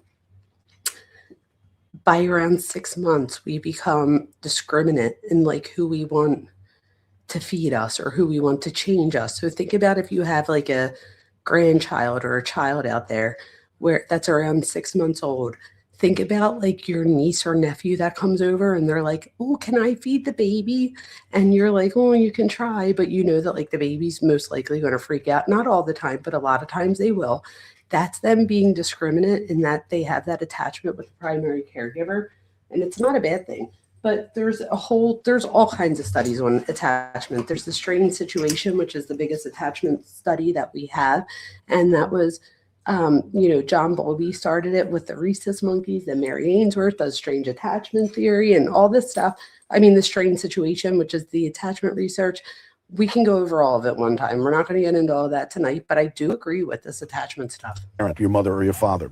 That attachment, that ability to attach, lays the foundation for your ability later on to make attachments to other people, Yep. to the opposite sex, to co-workers, to friends. A successful attachment early on. Think about it, you guys. If you can't attach to your primary caregiver, so that means that you're not putting your trust. That's the biggest thing with attachment, means bonding. But how do we bond? We bond by trusting. What does that mean? That means that I could trust that if I need you for care, for comfort, if I run and smash my head against the wall, that I have somebody I could go to that's going to stop what they're doing and kiss it better so I could go and play. That's that whole part that he's talking about here as well. Hold you in very good stead later on in life. You will not find one single person in jail for a violent crime who had a great childhood. I don't know this to be if this is true or false. Travis, so he's saying that here, let me rewind it a second. And I'll shut up for a sec, sorry. But yes, that's what I was trying to say though, is that if you can't trust your primary caregivers, for example, or your attachment figure, it's going to be that much harder to then just trust, somebody that you don't know later on in life. Single person in jail for a violent crime who had a great childhood. Are you serious? I mean, there are No. studies that show this. Yes. There's not anybody that's been accused of a vicious, violent I don't mean crime. accused. I mean actually Convicted and committed. Convicted and committed a crime. Yes. Fair point. Yeah. Committed did the deed, Right. who had a warm, loving, supportive childhood. No. You can look at every single person who was either raped or murdered, and there is some dysfunction, and we can now track it. Good night, Cheryl. Thank you for coming. And see, we don't talk about it in terms of touchy-feely stuff anymore. This is something we thought about in terms of child development, but now we have hard brain science to back it up. What I did in the special on April 28th. This is one with Tom Hanks and Colin Powell and all the famous Powell and the president, the first lady. Right. We put the brain scans and new imaging techniques. We put these brain scans up on the screen, and we showed a healthy brain on one side, and on the other side was a brain about 2/3 the size of that healthy brain. It had black crevices in where gray matter should be that wasn't, and that was the brain of a child who was neglected. Children. So Kelly Dime asks if aren't they usually attached to the same sex parent? And what we found is that the mother is usually the person that provides the primary attachment. That's usually the primary attachment figure. It doesn't mean that the dad can't be, but mom is usually the primary attachment figure. If you think about gender roles back into the beginning of times, moms can breastfeed, right? So moms could provide something, and the baby knows mom's voice, knows how mom smells, because we start to use our senses before we're born. So that's how the baby knows to latch on to their mother, things of that nature. So, but yes, it could be fathers as well, but we see primary attachment figures as usually the mom. That was a great question. And the reason for skin-to-skin contact, Kelly Dime, this is called kangaroo care. And we do kangaroo care when babies are premature. And we've actually, there's studies out there that shows that if you do skin-to-skin contact, that the baby is more likely to gain weight. And by skin-to-skin contact, I always tell my students, I'm like, you don't have to get naked at the dinner table. Just like pull your shirt down and put the baby's cheek on your chest. You know what I mean? That's good enough. But that skin-to-skin contact does so much. Excuse me, Laura. What the F, Laura? Thank you. Oh my gosh. I can't. Oh my gosh. There's so much here. I can't even. Oh my God, you guys, I'm behind. What in the hell? Wait, let me go back to the beginning and I'll get right back to you too, because I'm dead. So wait, Ben. Thank you, Ben. Oh my God, you guys, stop it. I'm literally like speechless. Wow. Thank you, Ben. Thank you for supporting me. If you guys got a gifted membership from Ben, please thank him. Cheryl 499, oh my God, when people found out who Nick's father and grandfather was, they only wanted to talk about them. Cheryl, I hope that you didn't fall asleep yet and you hear this. I appreciate you so very much. Thank you so much. Hopefully I'll see a comment of yours soon that I can thank you on, or the next time we're on, because I appreciate you so very much. Thank you so much for supporting me. So this said, when people found out who Nick's father and grandfather was, they only wanted to talk about them. That is such a good point. Do you guys remember when Dopey, there's an interview with the podcaster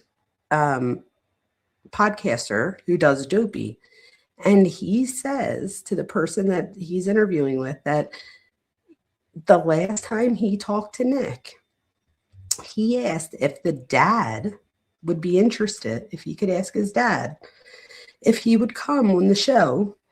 I don't know if he said to like talk about being Charlie or whatever, but he says like, can you bring your dad on the show? And the podcaster says that that's the last time he's ever heard from him. And he said that he's tried to reach out to him 100 times after that, and he's never returned his phone call. He won't return any of, he didn't, well, not anymore, but he didn't return any of his texts, nothing. And it wasn't until all of this happened and he's talking to this other person that he realizes like, oh wow, like I didn't even realize, had I realized that there was all this identity issues and, you know, all this other stuff, maybe I wouldn't have said that. And that is so true. Thank you so much, Cheryl. Wow. Then we have, oh my God, Cheryl. What? When people found, oh, we just read that one, you guys. Mary, I was going to say what's happening. Mary, thank you so much. What's happening right now? Mary, thank you for becoming a member, Mary, and we have to applaud you. And we need to applaud Mary. And wait, there was, right before that, I don't want to leave out Mr. Ben. So Ben, you guys, I'm dead right now. I like don't even know what to say. And then Sarah, I love you, Sarah. Sarah says, congrats on 2.29 subs, Ojo. I love her. She's great. And then Miss Laura, thank you. If you guys got a membership from Miss Laura, you guys put on your, if you go, Harlot, you should have like a Word document with like different things. You're so good at explaining certain things, but Harlot does the best job of explaining how to turn on your memberships. But I did promise that tonight we were going to do 5 memberships. So this is over in a few minutes, and then I'm going to give out 5 memberships, and we'll see who our latest members are. I'll go through and look then. I am so thankful, you guys. You have no idea. Thank you for supporting me. It makes all of this like, I can't believe that anybody tunes in to hear what I have to say, and that'll never get old. Thank you. Like you see in the Romanian orphans, or children born into poverty that do not have parents who nurture them and take care of them.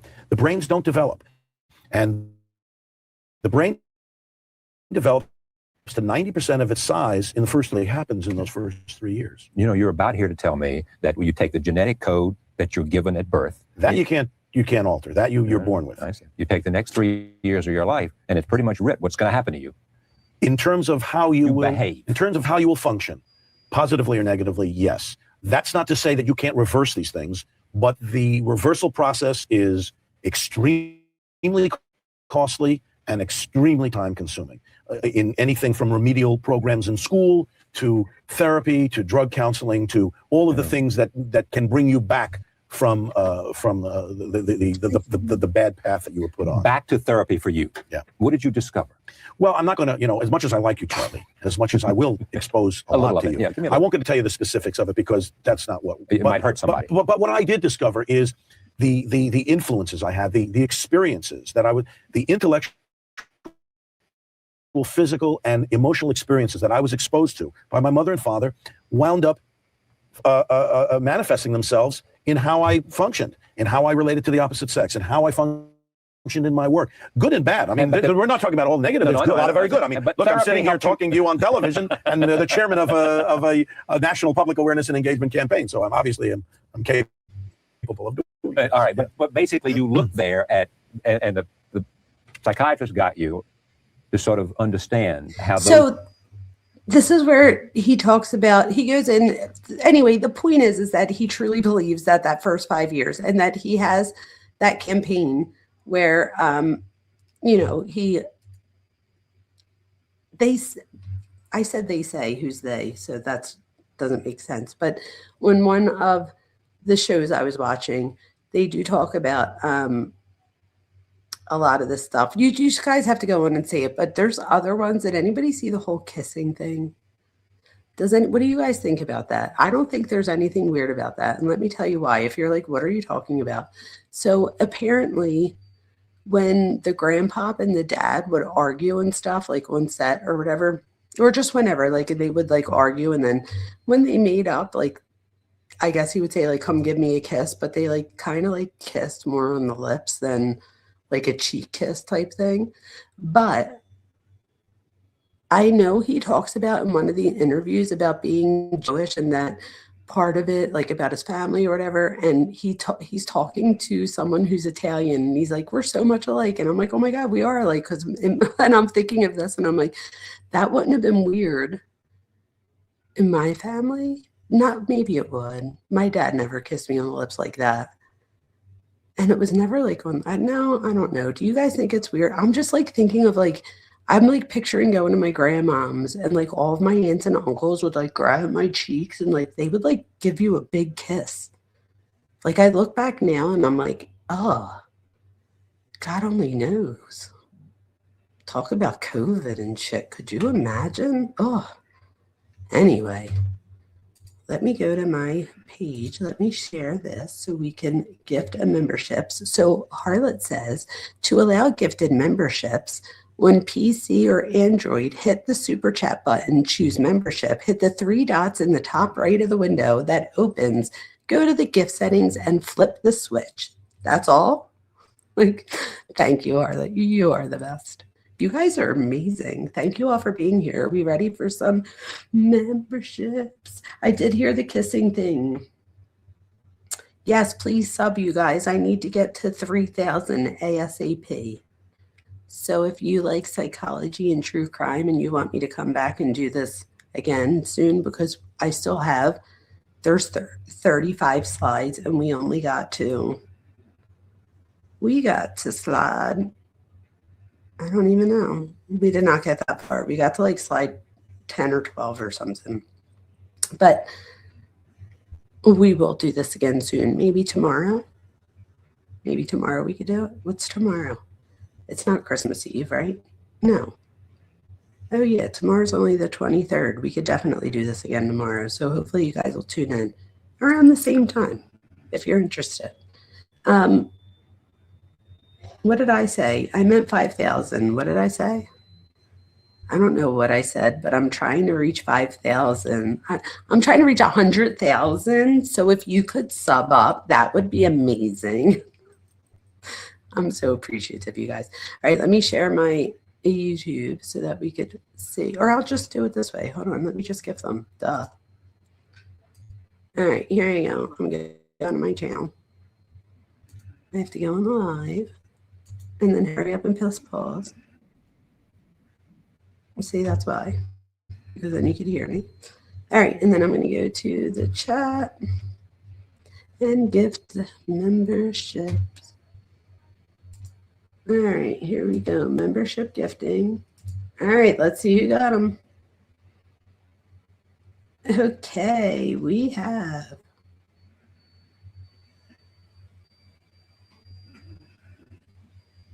Yes, I definitely feel the same way you do, Casey.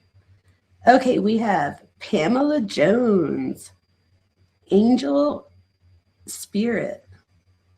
We have, what's that one? Davami Moments. We have Jamie Brown. Jamie, good name. We share a name. We have Michelle Mybell. I love that. Well, you guys, I'm so excited. Thank you so much. And I'm so excited. Let's see who got. Okay, so when Laura sent it, we got Jenny, Travis, yay. Janice, Driven Like the Snow, Dr. Workstick, yes, thank you. And then we had, let's see who else is our new. Oh, that's as far as it's letting me go up right now, at least in the chat on the side. But I'll go back after and look. But I'm so excited for all of our new members. Welcome, everyone. And I got to 10 things. Oh, my God. I'm dead right now. I can't even. So hold on. I need to get new things, I know.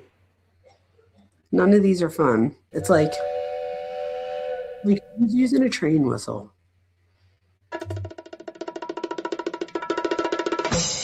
I probably should have did that before. Anyway, so you guys, I'm going to end the live because we've been on for 2 hours and 13 minutes, even though it feels like not that long for me. Oh, you were getting your husband's coworkers' gifts together for tomorrow because he's off Wednesday and Thursday. Oh, that's so cute. You got the coworkers' gifts. That's adorable. I love that. Thank you for being here, Casey. I'm so grateful that you guys are here and that you're now new members. Thank you so much for being here, you guys. And hopefully you'll join tomorrow. And then we'll do, like right after Christmas or whatever, we could do a members only. And I will give away a few of my homemade t-shirts. Look, this is my first homemade t-shirt. I'm so excited. So you guys could give me your size and your address privately, obviously, and I'll send it to you. So we'll do a couple giveaways. I'm going to have to think about how to do that. I have to, if anybody knows of like a wheel type thing, do you know what I'm talking about? Where I could put like members' names on it and we could like spin the wheel. That would be so cool. Let's do it. All right, you guys, I look forward to that, but I also look forward to seeing you tomorrow. If I don't see you for whatever reason, hopefully you'll see me on the replay, and have a fabulous holiday, Merry Christmas, all of the things. I'm so excited you guys are all here. Thank you again to everyone for supporting me. You have no idea how much that means to me. I am like in awe of you. Thank you.